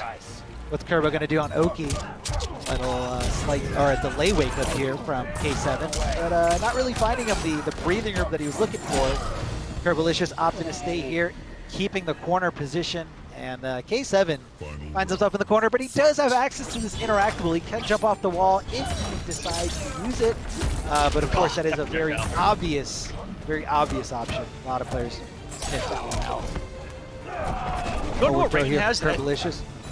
I haven't really seen it a lot in NRS games, but oh, there's a beautiful reaction, and that's really guaranteed damage right there. You don't want to break away from Rain in those moments, because if he Argus plunges, you're gonna eat 40% plus. So really smart for Curbo to hang onto the bar here. He finds himself in a detrimental position here, and he's getting crazy with these jumps. On reversal, on Oki, he's being pretty jump heavy up close, because that is where the palm is going to be so effective. Like I said before, there's the distance of it all. Oh, somehow not getting hit by that up too. Rain just out of range here. So can Curbalicious, can he make this comeback? Backing off. What's Rain going to do? Is he going to get hit? No, block. Go right into those kicks. I mean, you said it before, that one's only -1. I mean, why not just throw it out there? That's one hell of a normal. I think the startup is, it's like 10 or 13 frames. It's really quick. It's airborne in the startup of it. It's super active. It's like shockingly active. and it leaves him at -1, where or is -1 or -3? I can't remember exactly. Safe, but safe is the point. Yeah. So safe, and he can really steal turns. You saw him use it earlier against Gur, going overneath sand traps, little things like that. It's really hard to deal with in neutral. It has a lot of priority, and it goes really far. And he's used it perfectly in moments like that. That's a normal that can trigger a lot of people for sure. Because in those moments, it feels so clutch. Yeah, Whatever Kerbal pressed it- had to have been a frame slower, just got absorbed, and that's why Show Off takes game number 1 here. It was a good call. Good call. Curbalicious staying with this variation here. Hook grab going to be extending for a lot of damage, and Slight Gas, which is Ultra David's favorite name for any move in any game, is going to give him access to all this mobility. So, you know, the various different options he's got in the air. Very, very tricky. Good normals here from Cabal, able to just kind of stuff that out there. Big jump in here from Curbalicious. Able to confirm into some good damage here. Nearly 40% here. 36 on the board. No problem at all. Oh, really far away for that stand 3 right there. I think it was just because the start of that was the anti-air, which takes away some of the jungle properties on the end of the Geyser Bomb right there. Yeah, well, he might have been looking for the breakaway though. The breakaway does, you know, leave you suspended in the air a little bit longer, and if you do cash in big on that, if that does hit. It was slight delay getting around those buttons on his Oki and his wake up. Flawless blocking that, just kind of minimize the chip damage as much as possible, get moving as quickly as possible, try to close the gap. But right now, Curbalicious completely content with it because he knows he's got a Nomad dash. K7 Show-Off's only chance in that scenario maybe was hard to get around that. Yeah, you might have been able to pull off a flawless block, but you know it's not an easy thing to do. Not an easy thing to do at all. Oh, stuffing him right before that projectile comes out. Right there. Curbalicious wakes up swinging here. Swing with those buttons again. Yet again, Curbalicious getting some good damage here. K7 needs to slow down just a little bit. Don't commit too much. Try to commit a little bit more to that block button. There's the aggression of the buttons from Curbalicious right there. That's what I talked about. He is not afraid, no matter who you are, no matter what the situation is, ever. He is not afraid to just be that aggressive, maddening onslaught of buttons that comes at you. And just like life, it can come at you fast like it did Show Off in that game. And now Curbalicious all of a sudden has tied us up at a game apiece in what felt like a marathon of a game number 1. And we've seen that so many times tonight. You know, huge shifts. Where the tides just change. Yeah. And it doesn't matter how that first game goes. I feel like for anyone in this top 8, you know, we saw really slow burns and final rounds of first games all night long. And then game number 2 could just be someone getting someone in the corner and they're dead, you know. So that's how any game can go. And that's why you guys can never check out mentally after a single game like that, because it's not the biggest difference maker in the world. No matter how bad it goes, if you get double flawless, don't let that affect that next game. You just know what? Have that mentality of, you know what? What if I just did it back to him? Or anything like that can happen here. Show Off. I love that he probably, you know. Oh, he did it. Armor, real quick, he did it. He brought the Rift. And this is what I wanted to see earlier, because that's what makes this matchup a little bit better, I feel like, for Rain, because it takes away Buzzsaw entirely. Taking away Buzzsaw, that was annoying Show Off towards the end of that last round. Uh-huh. Yeah, especially when he was down to like almost nothing. But how is Rift going to play into this? All it does is when they're full screen, he puts it out and it lets him zone even more for free, because it's going to absorb a projectile as long as it is active, and it's unique in that he can put it out and then just move around. So and it's really fast on recovery. So yeah, go for it. I can definitely see that, but you know, Cabal does have the opportunity to throw himself as a projectile. Slight gap going forward. That's not gonna absorb through the Rift. So it definitely is gonna limit Cabal's options. So yeah, I definitely see your point that it's gonna change the matchup entirely here. And watch Show Off maybe get a little gimmicky, and he likes using the pressure from time to time as well, just because that's really little recovery as a visual trickery. Oh my! Kerbal's not afraid to up 2 all night long either. And is it breakaway? He's dead! I'm pretty sure he's dead! That's very close. Very, very close. He's 10,000% dead. He's dead. He's super dead. That wasn't even close. I'm sorry. That crushing blow. Oh my goodness. Oh my god. Raw. If you guys have watched And the MK11 way- since the beta, The way he got it though, with poke, just like canceling his poke, which is definitely not your turn after he gets blocked, goes into the hook sword. He did it. And the reward was so worth the risk, because at that point Curbalicious was down on so much health that he said, you know what, let me use this. Let me try to use this. That's one of the biggest rewards in MK11 is that crushing blow right there. Insanity. I also want to pay homage to the outfit that Show Off brought here. He's literally rocking a Sons of the Harpy outfit in MK11 right now. It's pretty good. He's getting all his crushing blows for free. No problem getting these at all. I like Curbalicious going with the throw mix here instead of the obvious forward throw, trying to mix it up as much as possible here, because he does have that crazy mobility to just throw him back in control here. K7 getting close to those ropes. But hold on a second. Big boot from Cabal after some slight gas. And Curbalicious continuing that momentum on his side, 2-1. Still got one more game left, I believe. I saw an immediate adaptation from Curbo with what K7 did, and I'm pretty sure that Curbo is just kind of at that level where he saw that he made that adjustment by bringing the I actually never know what to exactly call it 100%, but the little realm thing. But Curbalicious saw that, and you saw that he didn't zone really at all. He played that entire matchup on offense and up close, and so he adjusted before he even had to make an adjustment, and is still on top in this set, and now K7 Show-Off is going to go back to the drawing board, I think, entirely. Because, yeah, it made Curbalicious play differently, but it actually almost halfway played into Curbalicious' hands because he still kind of got up close and was just playing out of his mind. Yeah, he did delete him in 2 hits off of some crushing blows, so that also does, you do have to account for that, and I do have to account for that. Yeah, absolutely. The dude did just die. Like, he was playing... He pressed the button after he blocked a poke and he died. That did happen. Quantum Rift, thank you so much. But dang. Yeah, I know you wanted to see some Quantum Rift, but that shows you that Curbalicious, he's kind of he's showing you that you gotta be ready for anything. You gotta be aware of these, even the variation moves that you don't really see that often, because a lot of people are trying to stop 2 powerful things about Cabal, and that's the jump mobility and those projectiles, those downward projectiles that you see from Cabal are one of the best air projectiles in this game. Big jump and kick, and it does get respected here. Looks like Curbo's trying to swing for his own turn. Yeah, Curbo tried to get a flawless block of the back 2-2, or sorry, back 2-1-2, and he took away the gap with that Hydro boost. Oh, he got sniped by the back one. That'll be a crushing blow, and with no breakaway, K7's about to eat an unholy amount of damage, but he dropped it. He still did 36%, he dropped it. That'd be like 44, man. Missed opportunity. Don't want to do this. Don't drop the opportunity when the round is so close here. K7 does have access to that fatal blow, though.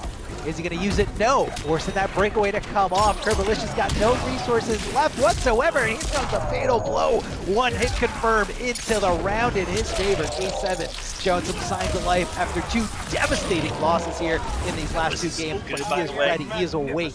So good. It's as if he knew, because of the round prior, that Curbalicious wanted to swing, because he swung a lot on hit and a lot in some weird situations last game where he robbed and turned into some big damage. In their case, I'm just calling it out, looking for the hit confirm, just kept it so solid in that situation. Got the round. He's back in this fight, and he's trying to get out of the corner, though, and an odd time for that to drop, and the Hydro Boost doing absolutely nothing for him there, but wasting the meter. And what a flawless blocking a turn there, and he got built the bar. What a cash out. That looked so cool. Was just walking forward, though. Oh, stopping any kind of advancement here from Rain. Curbalicious taking up for a huge ride here. Ending with the hook grab, trying to get something going on. Oki gets that jump in 1. Very fast move from Cabal. A little stubby, but fast enough to convert into some good damage here. Good opportunity. Flawless blocking that gap. A flawless block of his own. Rain with that anti-air, or the anti-air type of flawless block. Flawless blocking those jump-ins from your opponent, one of the best ways to deal with it. As long as you got the meter to go for those up-twos, and as long as you got the right kind of up-two equipped, a really good way to deal with, a jump-happy character, especially with a great jump. Rain, you gotta have something to answer for it. Absolutely. You saw Kerbal there with a beautiful, really early stand 1 anti-air there too. Before any active frames could get out, he got behind the 4-3 that time around, avoiding that big hurt box altogether. And wow, really aggressive. There's K7. I think he just swung off after a block down 1. That was some hyper aggression here. Might be feeling the pressure of trying to stay alive here. He needs to. The micro attack on a Kerbal. That kick was in the middle of his forehead when that thing started. And Kerbal's gonna tie us. He's gonna take as much help as he can here because he believes he's not out of this. Never give up. Never surrender.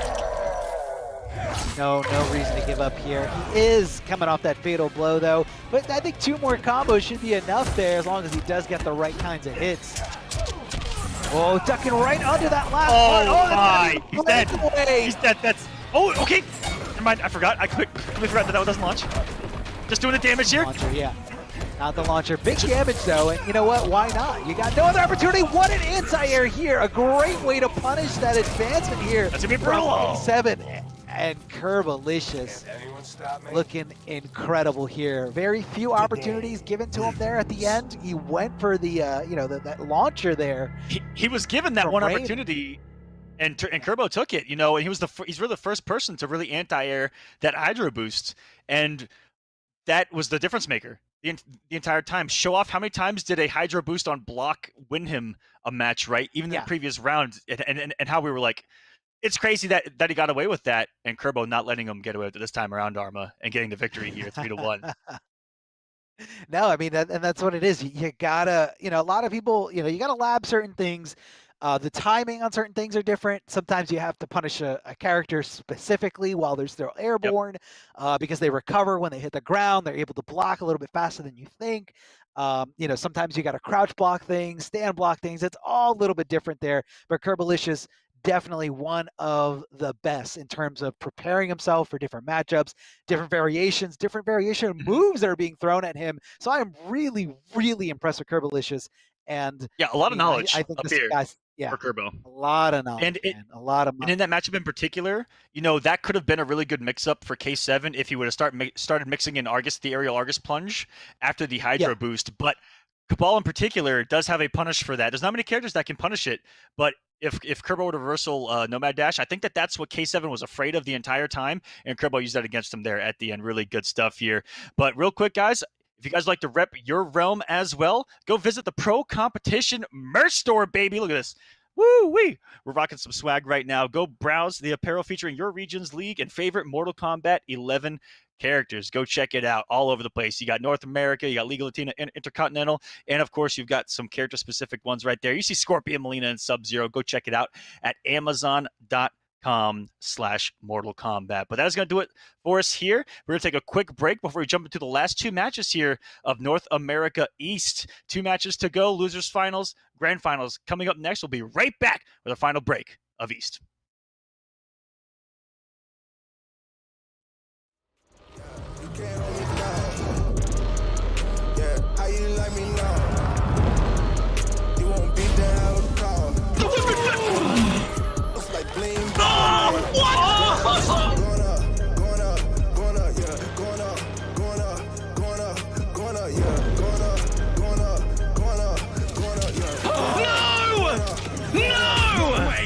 No jokes, no gimmicks, just combat.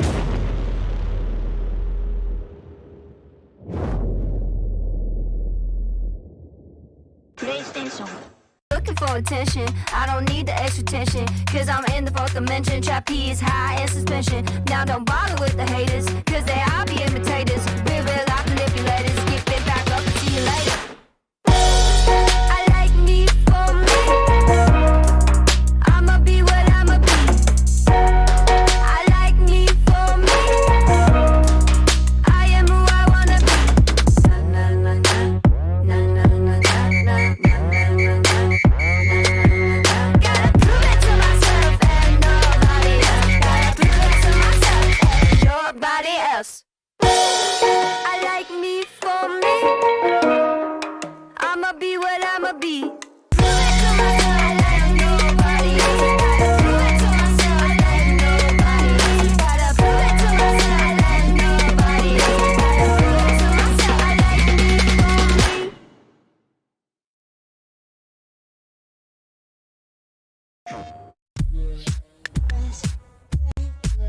me. Hey guys, Ketchup and Mustard here, and it's time to test your might in the Mortal Kombat 11 Open Series. Ready to rumble? Power on your PlayStation and head to the Events app, filter by type, and select a convenient date and time. Boot up MK11 and locate the PS4 Tournaments menu option. Click it to visit a familiar place, the Console Events tab. Sign up and prepare to play. Once registered, you can view your tournament details and check-in time. A notification will remind you to tighten your black belt and get over here for your match. Continue combat in the open qualifiers to close in on the competition. Thank you for watching, and we'll see you in the tournaments.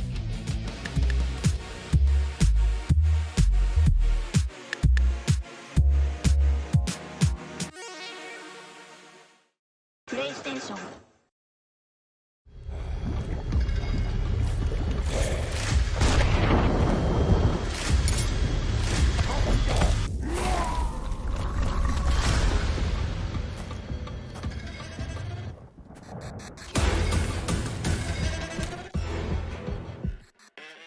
Who are you? I'm your worst nightmare.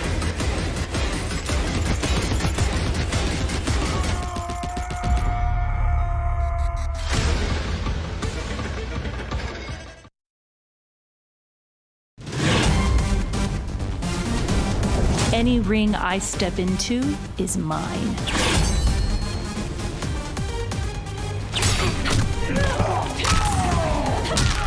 End of the line. Then this fight is now personal.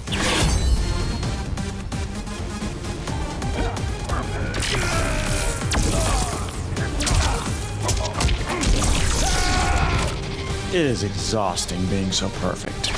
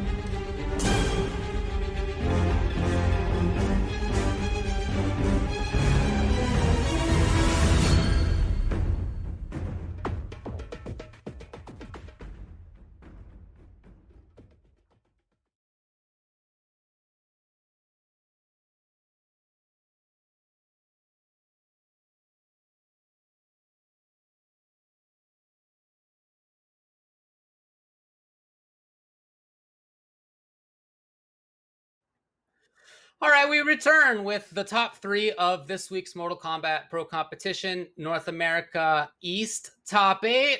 I'm back. My name's David, and of course, still with me is Miguel over there. We're going to be guiding you through the losers finals and then the grands.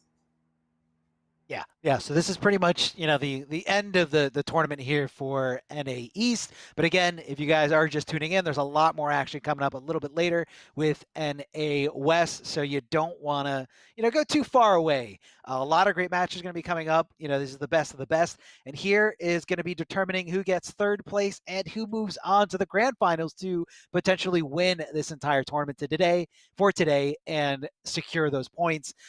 That is going to either qualify or not qualify them for a $10,000 finale at the end of the season. So that's kind of what's at stake here. A lot of people really want to get to that finale, whether it's, for the cash prize, for the love of competing, for the clout, like whatever their motive is. Like they want to get in here, obviously, because they dedicated so much time, not only in just participating in these tournaments, but also dedicating time to getting good at this game, like being good at anything that you're competing with, literally thousands of other people at, it takes time and it takes a lot of effort. So, a huge shout outs to all the competitors that signed up, whether you guys are new competitors, old competitors, returning competitors. You guys are awesome. And hopefully you guys are enjoying the show and enjoying the season. We're doing the best we can with what we got. And what we got here is a losers finals. That's probably going to be really incredible here. Hijinks versus Curbalicious. We got Kerbo coming in at currently 11th overall in points. He got 7th place in week number 2, but obviously is way beyond that now. And Hijinks, look, he was like 5% on Honeybee's life bar from being in grand finals on winner's side. It was so close. What a comeback by Honeybee in that winner's side for sure. Amazing match. Anyway, this is a rematch of the second match that we had for y'all today, which is a winner's side. It was 3-1 by Hijinks. The beginning of it was really slow, and then as it took off, it was really just Hijinks' in his favor consistently, I would say, as they scrambled. And yeah, there was a little bit of this kind of semi-zoning by Jackie trying to clear the skies, but that just didn't last long.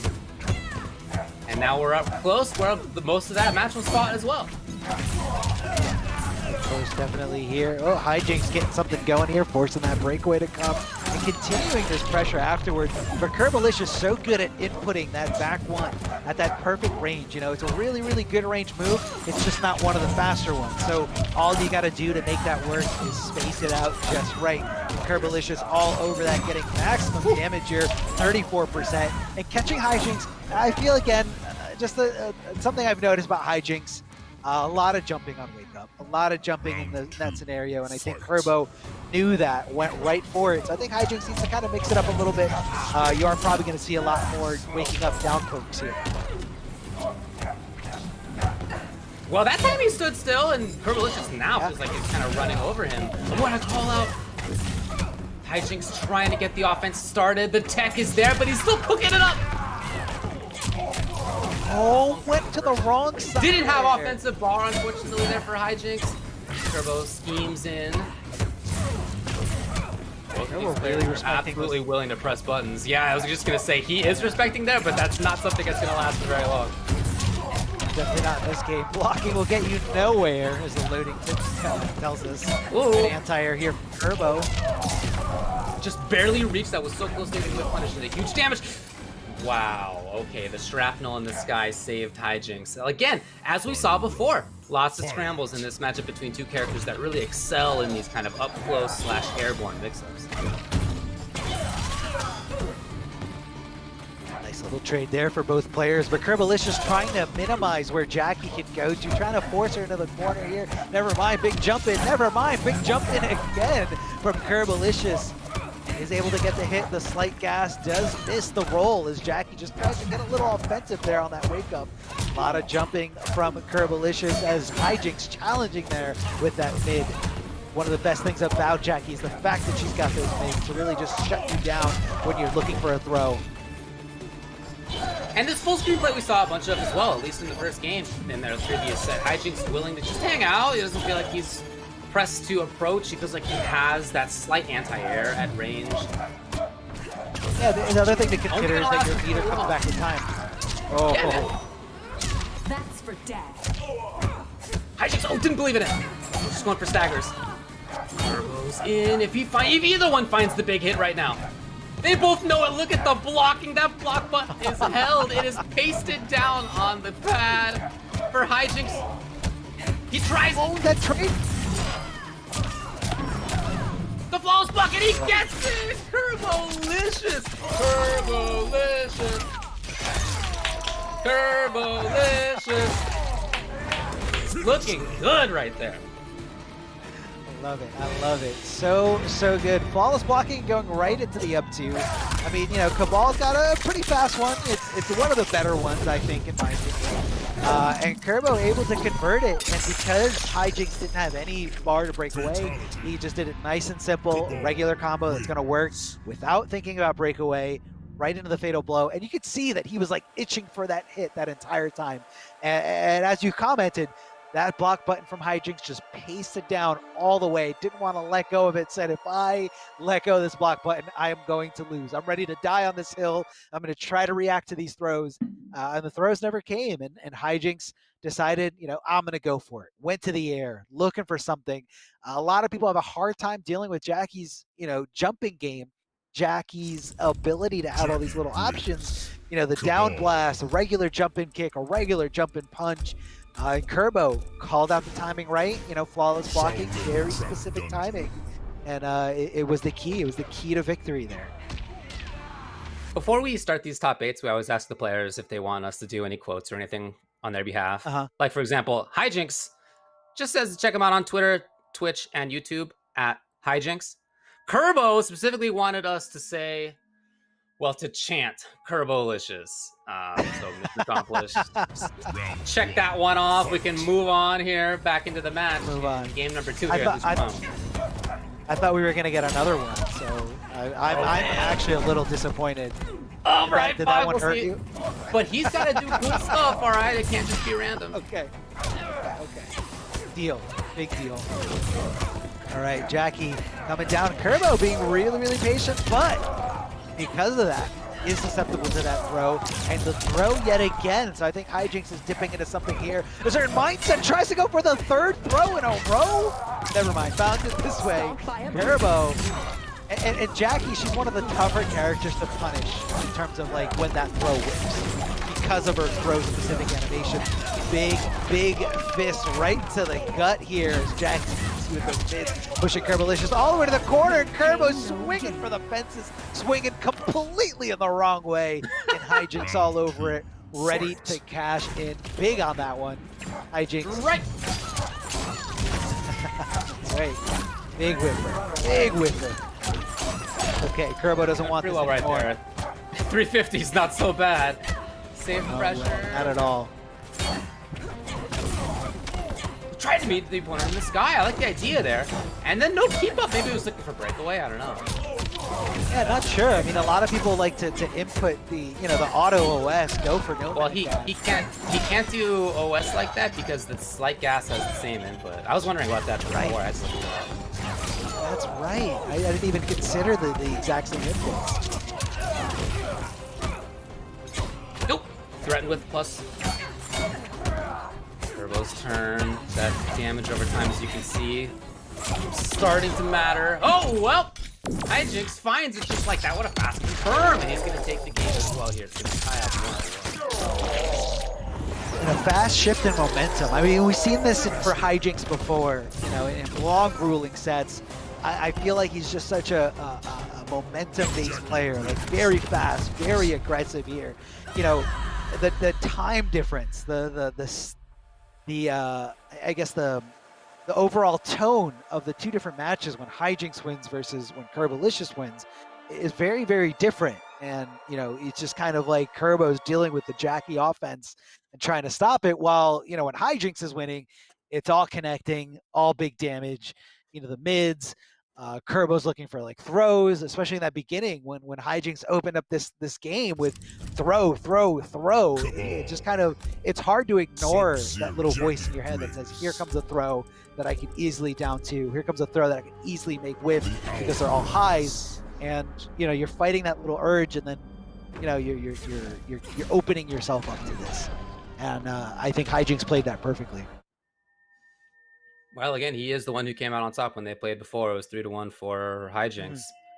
In fact, it's the same order, I guess. Cabal, Curbalicious won the first game the previous time they played. That's them right. 3-0.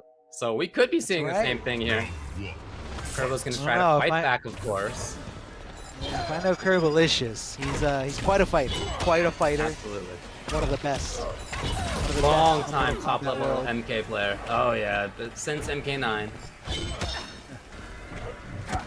Projectiles, and looks like Hijinks doesn't want to take too many risks there. I'm kind of noticing there for the fact that not trying to, you know, duck under that high buzzsaw. Going down. Hijinks backing off again. He's pretty content to play at this range occasionally. Oh, missing with the Shoryuken. It's gonna be Kerbo with the corner. Slide pressure. Wow, what a pickup! With punish, it wasn't Yeah, I mean, did you see that very specific dash timing there? Like, so unique to depending on, you know, when you hit your character out of the sky. Kerbo going for the throw mix, going with the back throw, trying to trigger some kind of failed escape. But Jackie not biting here. Well, gonna do it again. Yeah, just throw him back into the corner. Okay, you're not gonna tech, you're gonna take these. Oh, that could have been huge if he went with a different follow-up. Kerbo trying to chip away as much as possible, and even though that string is negative, a lot of Cabals, just because of the fact that they're in down one range, love to just hit down one after that. And this time it actually paid off for Kerbo. This is the follow-up there, the last hit of that string. Kerbo jumping right into that goop, but it's really early, so it's not going to be really round-defying here. Too slow. Getting some nice damage off the board here. Whoa! There was Hijinks. Could have been big news. Definitely looking for those wake-up buttons. The challenges that he picks are so smart, those 1-1 timings. It feels like they're spot on almost this entire game. Keep it up. Okay, makes sense. Make it happen. Yeah, I mean, potentially the beginning of things here for Hijinks. At that range, this is all damage. Weird to try to confirm into other stuff. Yeah, but you're maximizing your fatal blow damage. You know, very minimal scaling from the down two. You know, that scenario, but Curbalicious not sweating it too hard. Oh, hold on, he should be. With the wrong direction. Oh no, but another chance here for Hijinks. It's not gonna be it. Okay, it was barely enough. Nothing. So this is a huge swing on this round right here. One of these players goes up 2-1. That is gonna be huge in the context of this set. Kerbo starting it off well. Good challenge from Kerbo, beating her with that high, the stand 1-1s, easily hit confirmable into some good damage. Kerbo jumping a lot here as Jackie does take to the sky as well, being the victor in that air-to-air exchange. Hijinks just waiting for that bar to come back. There it was. Kerbo now, and against a character who does not have any defensive bar. The beautiful keep up. He is threatening to seal this. Even a grab might kill. I'm surprised he threw out of the corner, but he really just wanted to get as much damage as possible. Failed escape here, but not going to lead in a crushing blow, as Jackie doesn't have access to that. He's backing off, ducking under, trying to minimize the chip damage. Jump back! Of course it would have been into the saw. There it was as well. Kerbo just staying very safe at the end of that. Safety first ending for sure. And so you see he has all sides of this game. He has the offense, he has the risks taken. Sometimes he has the challenges, as you said, at the end. There's strength sometimes. So still bringing down ones, as we often see. And then at the same time, a player who will challenge in all these situations will also just back off when it's the right call. There is well thought out strategy both on offense and then in escape and defense, and you can see it pay off on both sides. So he's the one, Curbalicious is the one who goes up 2-1. Yeah, Kerbo's up 2-1. Yeah, at the end there, he was just trying to keep it safe, you know, throwing out those long range buttons, the big jump back twos, going into the low buzz, or sorry, the downward buzzsaw there in the air. I mean, unless you're specifically calling it out, and even if you are, you know, some characters don't have the tools to deal with that. So, you know, they're waiting for something to whiff, or they could flawless block the buzzsaw. But even there, you're taking a risk when you have that little health, like Hijinks did in that situation. You know, you don't want to take the risk and flawless block. You know, or it could be, you know, the last thing you try to block, and you just lose the round anyway. So, big. Strong strategy there from Curbalicious. I mean, it worked out. It worked out no problem for him. So Hijinks has to just kind of take this life lead and not let it get away, because, you know, Hijinks knows how much Kerbo can just kind of sit back on that life lead. Sit back and just wait for 1 or 2 buzzsaws to connect. Oh, it's gonna be a big win, but he doesn't punish it. No, just kind of stubby limbs, unfortunately, it looked like. Gets out of the KB ender. But immediately back into things here is Kerbo. And it ending, as always, north of 300 damage. Directly into more pressure, stealing turns. Oh my god. For the player who had ended last game, by jumping away, look at this. What a change in pace. Right back to being the buzzsaw himself. I think so. Maybe not out of it here. If he finds one more significant combo, he could take this absolutely. He's got Fatal on deck. No! Was that her foot getting hit by the buzzsaw, putting Curbalicious at match point? Oh man, I mean, the buzzsaw became active, I guess, as soon as it left his hand. I guess the question is, you know, does it leave his hand behind his head or in front of his head? Either way, yeah, this is match point for Curbalicious. This little back throw here, trying to find some kind of failed escape, but it looks like Hijinks is just more of a high-risk, high-reward character or player, looking for, you know, to make those throw call-outs whiff instead of just trying to react to those techs. Oh, he just did it! He just did no bad dash right in her face. Led some pretty good damage, 20% for no additional bar here. He's exactly where he wants to be even still. If he finds... Oh, gotta get out of it immediately! Right there on the breaker. Here now is Hijinks. But, Hijinks needs the big hit! He does! What did Kerbo challenge? I mean, in that scenario, down one got blocked, and Kerbo said, I'm not going to block, I'm going to keep swinging for the fences here. So good call on Hijinks to just tighten up that challenge there. Just go immediate with that mid as fast as possible. Curbalicious still at a slightly upper hand here. He can sit back and play defensively, or it looks like he's trying to get aggressive here, trying to find that hit. Good block by Hijinks, standing up for that overhead. Oh, that could have been. He puts himself in the goop. Was it gonna pay off? Even chip, and then afterward down one yet again, and then just like before, he makes it work. Hijinks tried to jump out. Curbalicious screws up the stage fatality, and we're gonna go into grand finals with Kerbo from loser's side. Oh, he paid off. I thought about giving him the Curbalicious chant. I thought about it, and then I saw him hop to the other side and do the down 2, and nothing happened, and I was like, absolutely not. That time period has passed. Hold on, we still got another chance, because that is Curbalicious going into the grand finals, where he is going to be facing Honeybee, who we saw Honeybee reverse 3-0 Hijinks a little earlier in today's broadcast. So let's see what Honeybee can bring to the table. Now, both Cabal and Devora do have a little bit of a normal button extenders, you know, between the hook swords and between, you know, all the disgusting things coming out of Devora's body. A lot of things that just have really, really, really far-reaching things. So again, just incredible top 8 so far. I just want to give a shout out to Hijinks. This was his first time in the Mortal Kombat Pro Competition top 8 here. Got top 32 last week. This time, obviously, much better than that. Third place is amazing. And if you think back, was 2% or something like that away from getting into grand finals when Honeybee began his comeback from down 0-2, right? Almost was it Hijinks' victory.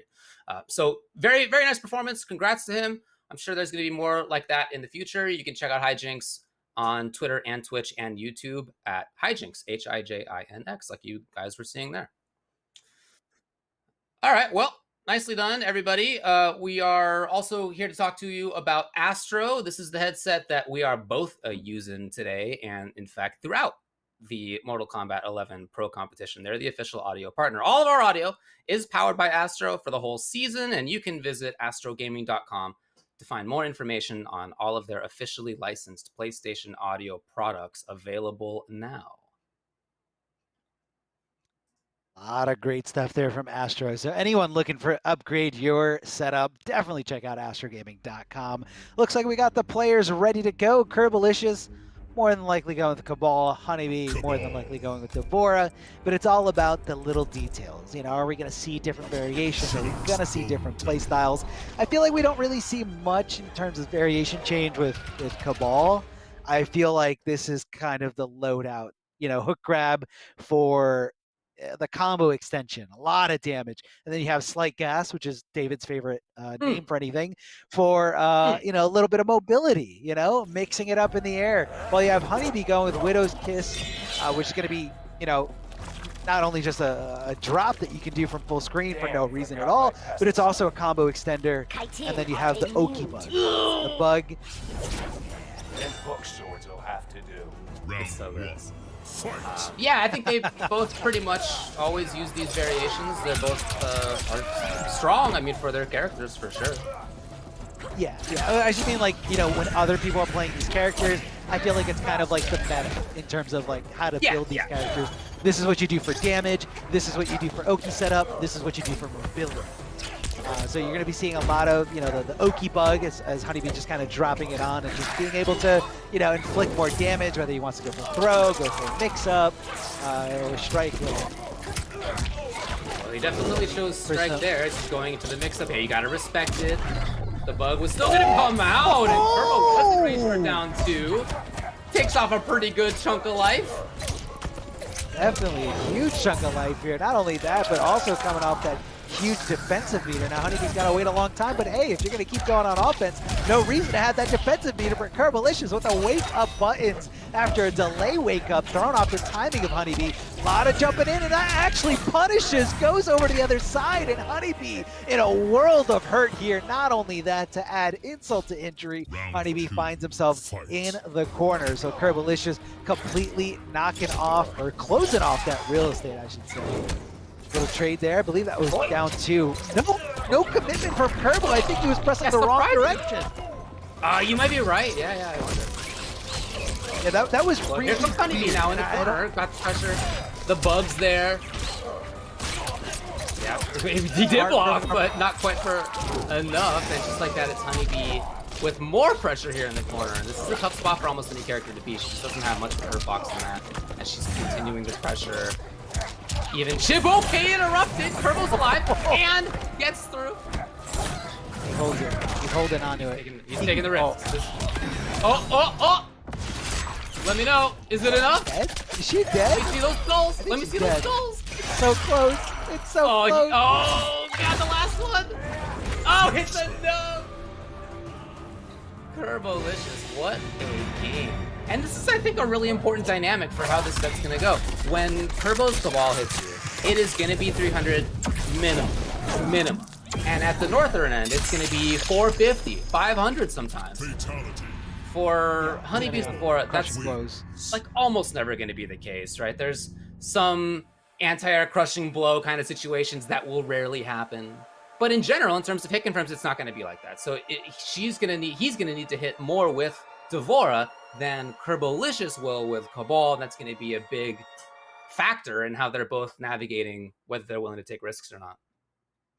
Yeah, definitely. In terms of, like, you know, the simple strike throw game, you know, Cabal is going to get a lot more than a character like Devora, but in terms of the damage. But I feel like what Devora does get, if she's got the bar, she's got the follow-up with the Oki Bug that she drops. If she amplifies it, she can get a lot more of a, you know, repeating situation where she gets to swing again.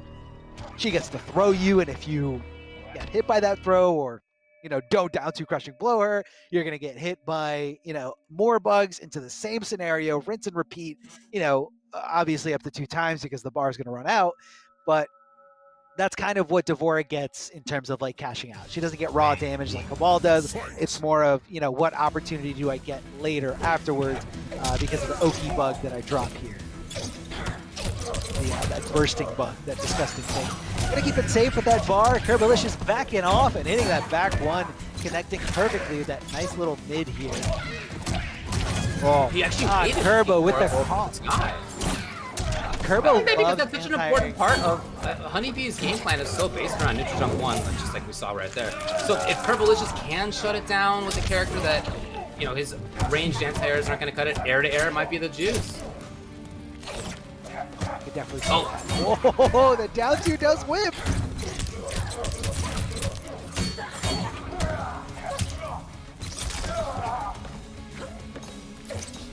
Ooh, God, he's such a threat that it could be neutral jump 1. She could, just like this, just like that, capitalizing on exactly what we were discussing as Honeybee here.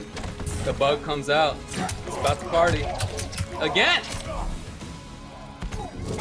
Yeah, and at that point, that was guaranteed there. The only thing he could have done was block because, you know, it is plus enough on hit that it's going to guarantee that stand 1 from Honeybee. So that's why he went with it, and that's kind of what Curbo was probably trying to duck or just avoid it in any other way, knowing that he was going to get chipped out regardless.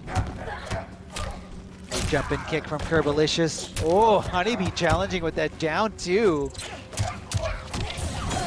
Oh, and I love it. The fact that Curbo let go of block in that very specific timing, made the jump whip, and gave him the ability to punish it. But right now, Honeybee in the driver's seat, getting that big combo in the corner, dropping the Okie Bug, but Curbalicious throwing all caution to the wind, hitting him with an up 2 on the wake up.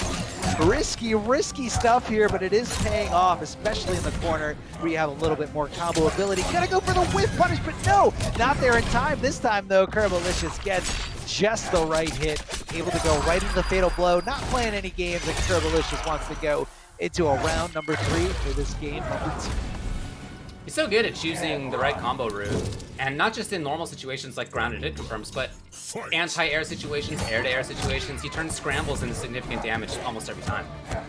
Chance on the whip! I feel like oh, blasting him away, trying to keep as safe as possible here. What an anti-air from Honeybee with a stand 1. Here comes the Okie Bug. What's going to happen? He does have the second one to hit there, so it's going to lead it to some good damage here. Honeybee off to a great start in this final round. Okie Bug again. Curbalicious trying to get out of that range, but Honeybee meeting him with the tentacles, forcing him to just block and stay right where he is. And this is an escape failed right here. Curbo now is dangerous, not just on hit, but also on grab. Again, the air-to-air. I really think that's an important way to shut things down. If only he had committed. Maybe he did it there. Honeybee still lives. He's looking for it so bad. That's going to be a whiff punish thanks to that roll. Able to recover in time to get that punishment on the recovery frame from Cabal. Oh, is it enough? That is so dirty. And then the low. No, that is... You're right. You were saying before that she isn't typically dealing out a ton of damage, but she is getting these like weird situations on you constantly, and these setups, and not just on knockdown, but also in neutral sometimes based on how the bug works. Oh, it's horrible looking. Wow. Wow. Devora wins. Wow.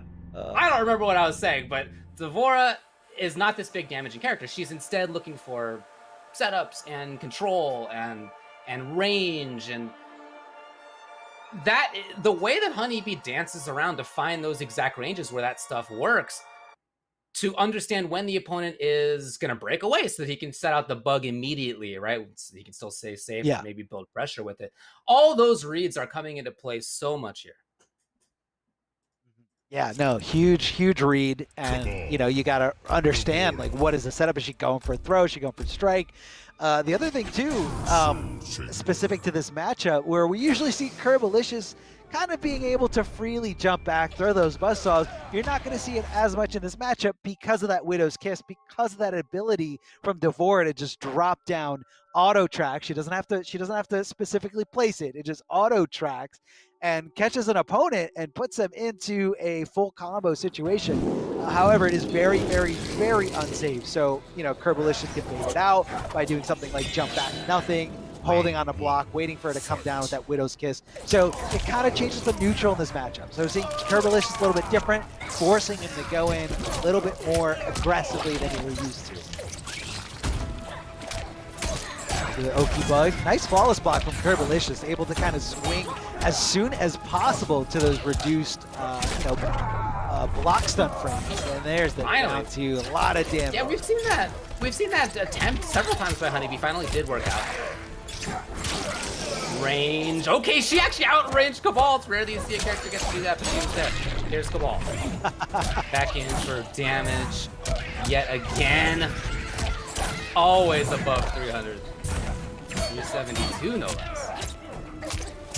The damage, David. That's a lot of damage. Doesn't even need to go into Fatal Blow. Curbalicious just, and you gotta love the fact that he didn't drop that combo in that specific scenario. He looked down at his opponent's meter. He said, he doesn't have access to breakaway. I just gotta do the normal combo, don't drop it, and it's mine. All well calculated and looking all over the place. Attempt on down two. Looks like for Honeybee, but going up by Curbo is still in there. This is where Curbo wants to be. He wants to be playing those mix-ups. God, the damage is gonna be there. I'm telling you, his conversions are always there. And he is gonna dominate in this game. 2-1. Can anyone stop me? He just never stopped. Like Curbo just kept going and going. And Honeybee, in the game before we saw a lot of great anti-airs. Honeybee is spacing back, trying to, make Curbalicious whiff at certain points. But Curbo is just on fire, like able to just jump and kick and force that offense, force that way in there to stop, Honeybee. But we've seen Honeybee adapt. We've seen him in really rough situations. So, don't put it past him to adapt and be one of the best here in this scenario. But this is tough, man. Curbo is on fire. I mean, he came from the losers bracket here a little earlier than he thought he would. And, able to get more matches, nice and warmed up. Yeah, he might be a little bit more fatigued, but he is definitely feeling himself. I see it in the gameplay. I see it in the results. So, going to be a tough one for Honeybee.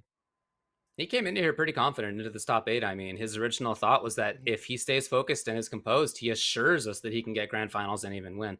And yeah, here he is in grand finals. So far, it's only hijinks to have sent him to losers. He is threatening. If he takes this game, he will reset and will be at a fresh 0-0. And it's when you get broken there, that mentality from the player that was on the winner's side, there's a lot of pressure there, You're beating down on you and you're just wondering why didn't I just win that set? Oh man.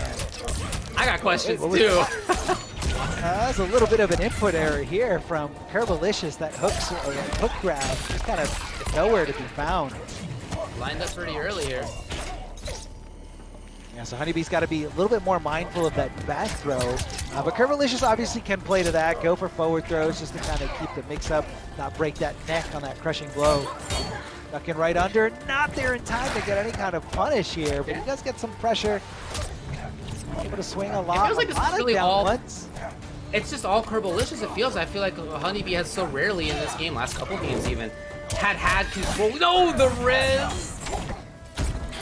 I mean, it looks like Honeybee was going for a down poke into Widow's Kiss. I mean, the absolute madness of that. I mean, yeah, it's very, very a lot of those are unsafe. Like when a lot of people like pokes into special moves, a lot of them are unsafe. But Widow's Kiss specifically has that very, very distinct animation. So it's very hard to, let that one pass you by. That one's usually clear and punished. Got it. And it is back to his control.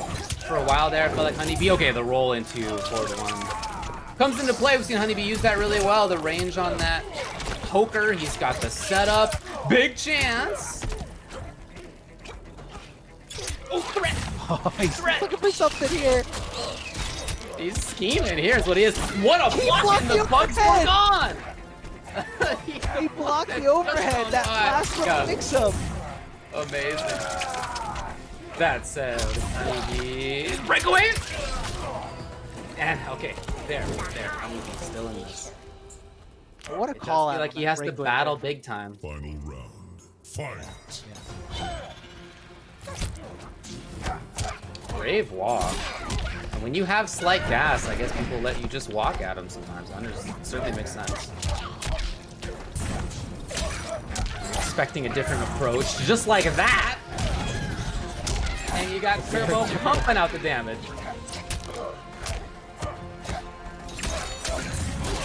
Turbo is double dipping, triple dipping. I mean, you know, it's not his turn, but he's still going for it anyway. Looks like that wasn't a counter, so it didn't lead into a crushing blow.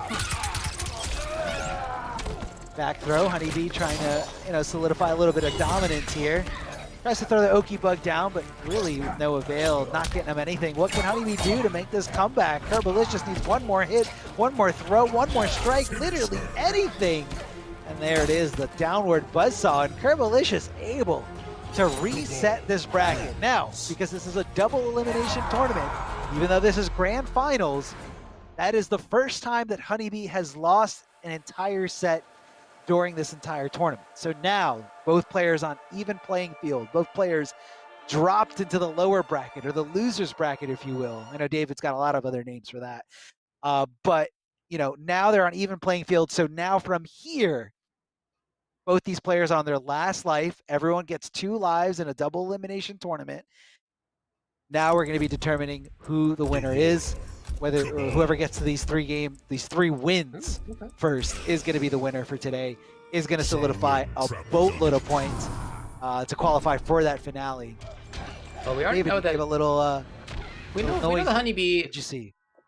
Well, we know that Honeybee is already second place in points overall coming into this. He's going to be, I think, far and away #1. So in points, he's looking good. Yeah, I was just curious to see whether we would see any changes. Of course, when you drop down into the reset, when both players are in the nerds bracket, you get to switch if you want, but they're both pretty custom.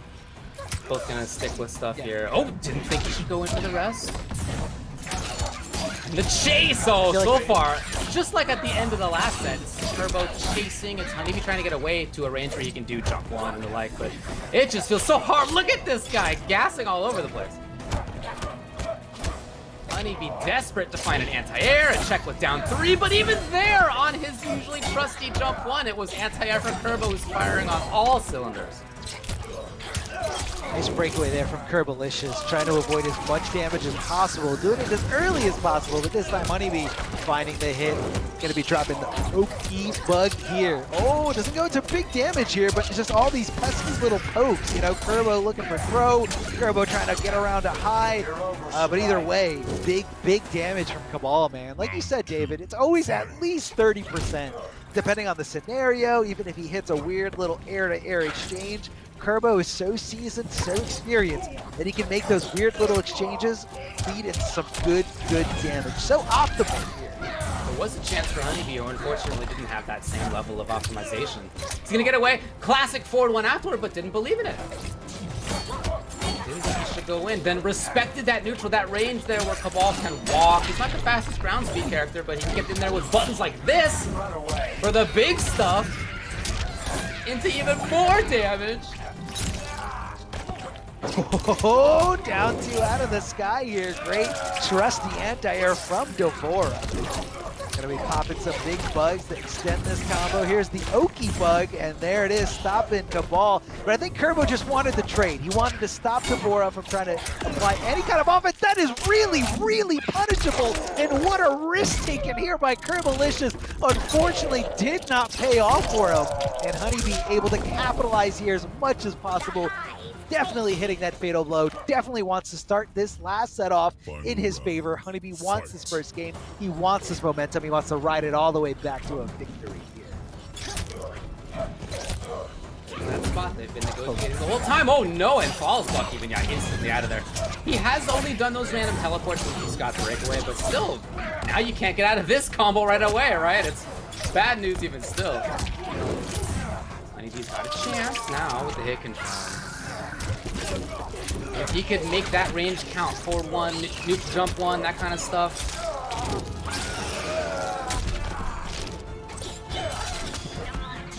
Knocked down right away. Okay, Honeybee. Expecting the breakaway, so none came, and Curbo with a huge read. Will he chase? Didn't believe in it. He did move too hard for that one. He thought that was gonna whiff on him. He saw Devora whiffing. He saw his first hit connect, and it just wasn't at the right spot for it all to work out. So game 1 here, in the reset when they're both in the bracket of shame goes to Honeybee. Oh man. Fatality. Fighting back here, you know, after losing that first set, it's really easy to feel, you know, overwhelmed. It's really easy to feel blue or down on yourself. But he's fighting that back. He's, you know, staying committed to, you know, this game plan, sticking with the character. Not that I would imagine that, you know, they're going to be changing different characters or different variations. They're both, I feel like collectively, you know, the communities of these characters, they feel like this is how you optimally play, you know, these characters. By having these things equipped, they're just way too important. That's why, you know, there's 2 slotted moves in both their variation loadouts, because they're worth it. They're worth it. You know, even though you have to give up a second slot in order to equip it, you need the damage, you need the way into damage, you need the mobility, whatever have you. And can Kerbo make this comeback? I mean, is he running on empty? Is Kerbo out of gas here, so to speak? It's looking gassed up to me still. Still gassed up. But it was really nice. Again, I really like how Honeybee was able to make that range work into his own pressure. And were still extended periods where he's just kind of stuck. Wow, what a whip punish here by Kerbo. But you can really tell that Honeybee is scrambling defensively in some situations. Yeah, just like this. It's a tough spot to be in. But if he gets away from this, right back into it. Oh, and it was counter hit this time. Oh, yeah. Okay. It hurts. Oh, the damage. And not only that, the damage, and he's going to get, you know, maybe some kind of little baby setup here. Yeah, he didn't have the bar, but he got something going. Took away nearly, or a little bit more than half of Kerbo's health, but that's not enough to make this comeback because Cabal hits like a truck, especially when it's Curbalicious at the driver's seat here. Able to amplify that last part because he knew that's what he needed, and getting the job done here. Curbalicious looking good in this game number 2. A lot better than game number 1. That went to Honeybee's favor. Big jump in from Curbalicious, able to go right into that auto-confirming move, that auto-confirming string, the 1-1-1 from Cabal. One of the easier things to do is to hit confirm in that. Hold on, a little bit of stagger pressure. Honeybee going for a ride. Yeah, he's trying to take risks to escape defensively. Here's the roll again. We've seen that been so important throughout these 2 sets. He's gonna get the bug. Threatening. Kerbo trying to escape, trying to buttons out here. Okay, jumping does the trick. He's right into it right away. Playing the mix up on whether to break or not. The answer was no. And now Honeybee, oh boy. He does have the corner. He does have the corner, but he needs a lot of work here. He has a lot of work to do. If he can find one more hit now that he has Fatal. Oh! Sweep! The jump! Kerbo was absolutely just playing patiently there. You can see he was not about to take a risk. Again, this is a player who has so often taken risks. He's been so willing to challenge after his own strings, challenge in situations where the opponents are, you know, 0 to plus, that kind of situation. There, when the game's on the line, he feels he can go up or tie it up 1-1, right? He just didn't want to take any risks. Also, each time he takes these risks, it's calculated, you know, because he can certainly bring himself back from that. He doesn't need to do it. He's shown many times at the ends of rounds, he's comfortable backing off, not challenging.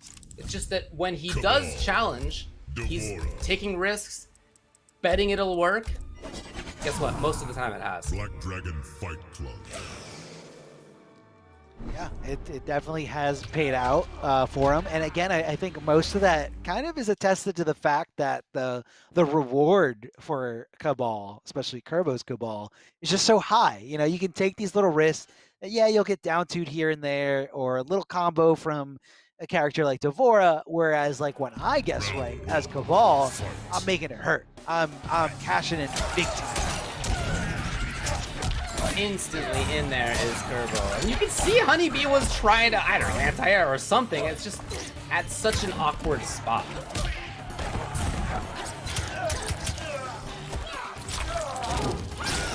The forward throw here is Honeybee, pushing Curbalicious a little bit closer to the corner here, but Kerbo is pretty mobile. He can just kind of gas in there, or just regular old-fashioned jump one. I feel like Kerbo jumps, and then from the point where he jumps, he tries to react with jump. Because if you do jump one way too early, you're going to get punished on the way down. And if you do it too late, you're going to get anti-aired, or you're going to lose the air-to-air exchange. With Kerbo, so good at changing it up for that specific situation. Very reactionary-based player. Honeybee with no offensive bar here. Kerbo is just gonna. Oh yeah, no, there's no gonna be a bug here either. And there is one hit on either side, even though Honeybee has more life. Kerbo, hop it over. What a tech! What a defensive choice by Honeybee, who's right back into the mix. And Kerbo finds it. Not gonna take any risks on whether to break or not. He's just gonna bring out the blow. Again, this is one of those swing games. Whoever takes this is going to go up 2-1. That's a huge momentum shift either way. Yeah, and I love the decision there from Kerbo. Just cash in. No reason to risk the breakaway. No reason to go for anything else or even try to bait the breakaway. Just good old-fashioned. Use that fatal blow. You might not even have to. You might not even get the opportunity to later. It could be the clean round 2, but right now it's not looking like that at all. Honeybee looking fantastic here, getting all this offense set up with Devora, the Oki bug on the ground. What's he gonna do? Tries to go for the overhead, but it looked like the bug knocked him out of the animation. Like, that was so strange and specific to this one stage, the one spot on the stage. And I guess Honeybee just wasn't ready for it, or he mistimed it, miscalculated, so weird. Whoa, up 3, fully invulnerable, getting around the Oki bug.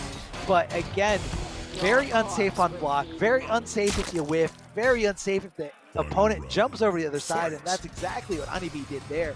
Baiting that out. Honeybee wants to take this third game here. Oh, the Widow. Has 2 defensive bars. Yeah, as per usual, when you want to take those risks, it's with 2 defensive bars just in case. Yeah. And now because of that, he's trying to slow down the pace. You definitely don't want to try to hit that projectile. It's so slow compared to Cabal's. And Cabal's reward for the projectile hit is so good. Full knockdown, very plus on hit. Not even that negative on block. It's the bug, yeah, coming into play. Allowing Honeybee to at least take some chip. He was looking for that to have been a jump. It wasn't. Oh, I love the choice by Kerbo. He's still stuck in the corner, though. Still stuck here as Honeybee threatens. Oh! Yeah, it's going to knock her out of it, but still, this is a huge life lead here for Honeybee. No, the bugs! He didn't respect the bugs, and he's going to lose the game because of it. It's 2-1 Honeybee. He's shedding. His skin turned into like cicada skin, and it's just falling off of him. That is disgusting. Why does she have to do that? His clothes turned into skin like that too. It's really unusual. See, the bug bites into, all types of, fabrics and weapons, and it just overtakes it. I mean, it's she's from another world. There's always a logical explanation when we're talking about Mortal Kombat brutalities and fatalities. None of that's out of the ordinary, as we know. So it's going to be back to Curbalicious's Cabal. He's going to have to win 2 in a row here, or Honeybee will take it. Again, Honeybee comes into this week as the points second place leader. He will definitely leave this week as the points leader overall, but the question is for Kerbo, who came into it 11th overall, how deep into that does he get before this week is through? Yeah, he wants the difference here is you want to first place at 350 points, second place at 260 points. It's a substantial difference. It's the biggest difference between any of 2 adjacent places in the top 8 here. It could be a big deal. Yeah, no, and it could be the defying factor between getting seeded against number 1, number 2, number 3, or even just not qualifying at all. So you definitely know these players are giving it their all, giving it their best. Even though they're both more than likely going to qualify for this finale, but again, it could be different depending on who succeeds later or not, who decides to join and not join. A lot of down poking here from week number 3. That's it. Only week number 3. A lot more events coming your way. Oki Bug on the ground. What's Cabal gonna do? Gonna keep trying to hold on to block, or at least he did for a second there. No! Oh my god! At the end of the last 2 rounds, this game and previous game, we've had Curbalicious try to challenge, and the bugs have just been spitting in his face. It is match point, it's tournament point for Honeybee this week.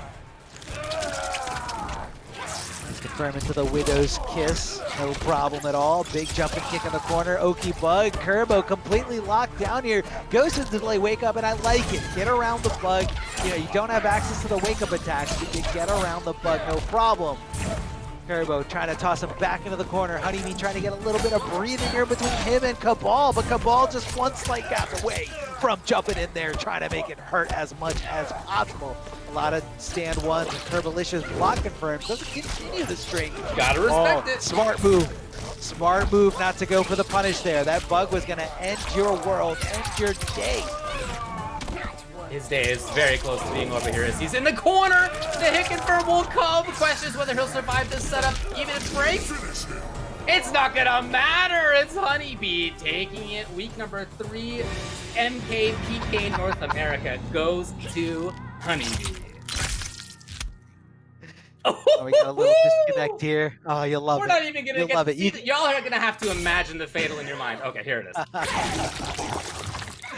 I love the disconnect animation there. You just you know, you can feel it. I mean, obviously, you know, Curbalicious did secure a lot of points. He's still a really great player, but today it's going to be Honeybee solidifying the most points, getting that lead here on NA East, and really trying to qualify, not just qualify for the finale, but try to get the best spot there is in terms of seeding. Traditionally, how seeding goes, seed number 1 has to fight against the last seeded player, which typically is your strongest player versus your weakest player. But again, anything can happen. I mean, a player can jump in really late into the season, get a few good, you know, wins or top 8s here and there, and you know, it could all be a difference in you know, who's the best player and who's not the best player. But that was fantastic. Big shout outs to Honeybee. That was really incredible showing there. That was awesome. And if you guys like that, you can enter yourself in the future. It's part of what we're doing here with PlayStation 4, of course. The PS4 Tournament Open Series. It's presented by PS4. Mortal Kombat 11 Pro Competition is. You should check it out. There are weekly competitions for all skill levels. You can compete against your friends and your rivals. You can get unique rewards. Head over to the PlayStation 4 Competition Center. It has Mortal Kombat content with an inside look at how top players play, tips and tricks for players of all skill levels. Compete.playstation.com and sign in with your PSN ID. Or see a list of all the things that you can sign up for. Again, if you're in PlayStation 4 playing Mortal Kombat 11, if you go to that home screen, you can just press the touchpad on your pad and you will immediately find out all this info yourself. So there were over 1,000 players in this tournament this weekend, just for the East. We'll talk about West when we get to it, which will be soon. But NA East had 1,030 players. It's a huge number of folks who have entered this. Super cool. I'm really glad that you mentioned before that, you know, if you are one of those people and you got a chance to fight against somebody who maybe felt new, maybe, you know, you could tell they're just kind of getting into this thing, reach out to them. Reach out to them and bring them into this kind of stuff. Let them know that there are streams like the one that we've done today. Let them know that there are tournaments all over the place. It's not just this on the Mortal Kombat Pro Competition, but the community itself running tournaments just about every night. There are multiple weekly community events for Mortal Kombat 11, and there's a ton of different ways to get involved. So it would be awesome if we could turn 1,000 competitors into 1,000 regular competitors. You know, do your part to help reach out and let's grow this thing. Yeah, it's definitely all about growing the community. You know, the community's bigger, the views are going to be bigger, the prizes are going to be bigger. It's all just positive things. Let's leave all the negative stuff in 2020 and behind us. Let's just, you know, kind of just move forward and embrace it, embrace the love. And not only that, I also want to give a little shout out to, you know, when you're finding a new player, you know, tell them about Combat Academy. You know, you could see, you could learn what frame data is. You know, if you're playing a player that clearly doesn't know what frame data is or doesn't know, you know, what punishes are or anything like that, send them that way. And there's so much that you can read up on and just learn how to play the game, you know, competitively, and, you know, just to learn new strategies, learn what it's all about to be, you know, in this community that we love so much, the fighting game community. And I guess that's going to be it for us here. But don't go anywhere. In less than an hour, literally less than 20 minutes, we're going to be starting NA West.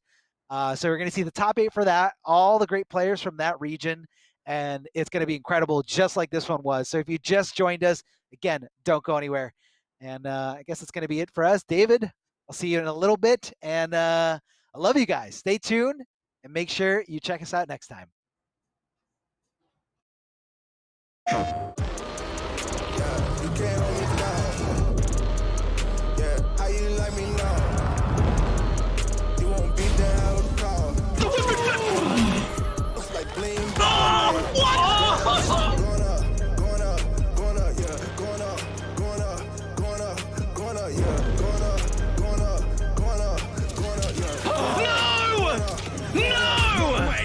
No jokes, no gimmicks, just combat.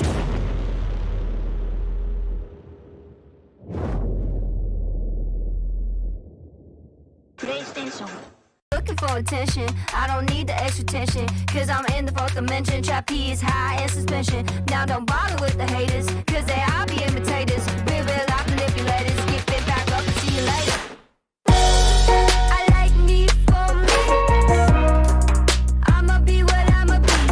I like me for me. I am who I wanna be. Na na na na na na na na na na.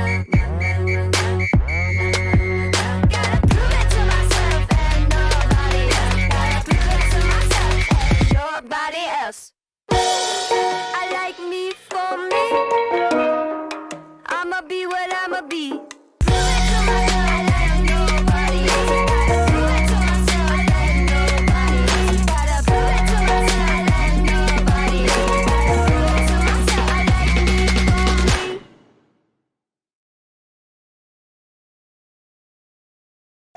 prove it to myself. I like me for me. Hey guys, Ketchup and Mustard here, and it's time to test your might in the Mortal Kombat 11 Open Series. Ready to rumble?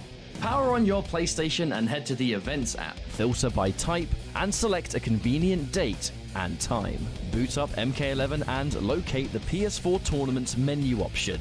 Click it to visit a familiar place, the Console Events tab. Sign up and prepare to play. Once registered, you can view your tournament details and check-in time. A notification will remind you to tighten your black belt and get over here for your match. Continue combat in the open qualifiers to close in on the competition. Thank you for watching, and we'll see you in the tournaments.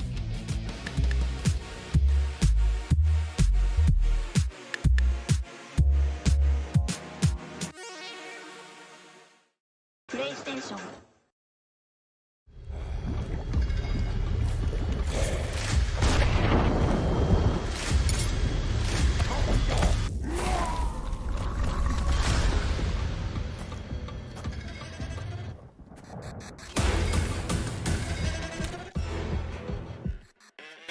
Who are you? I'm your worst nightmare.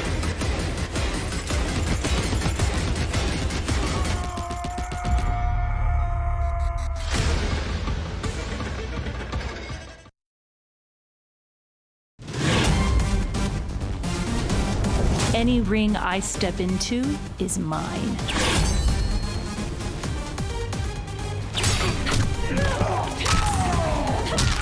End of the line. Then this fight is now personal.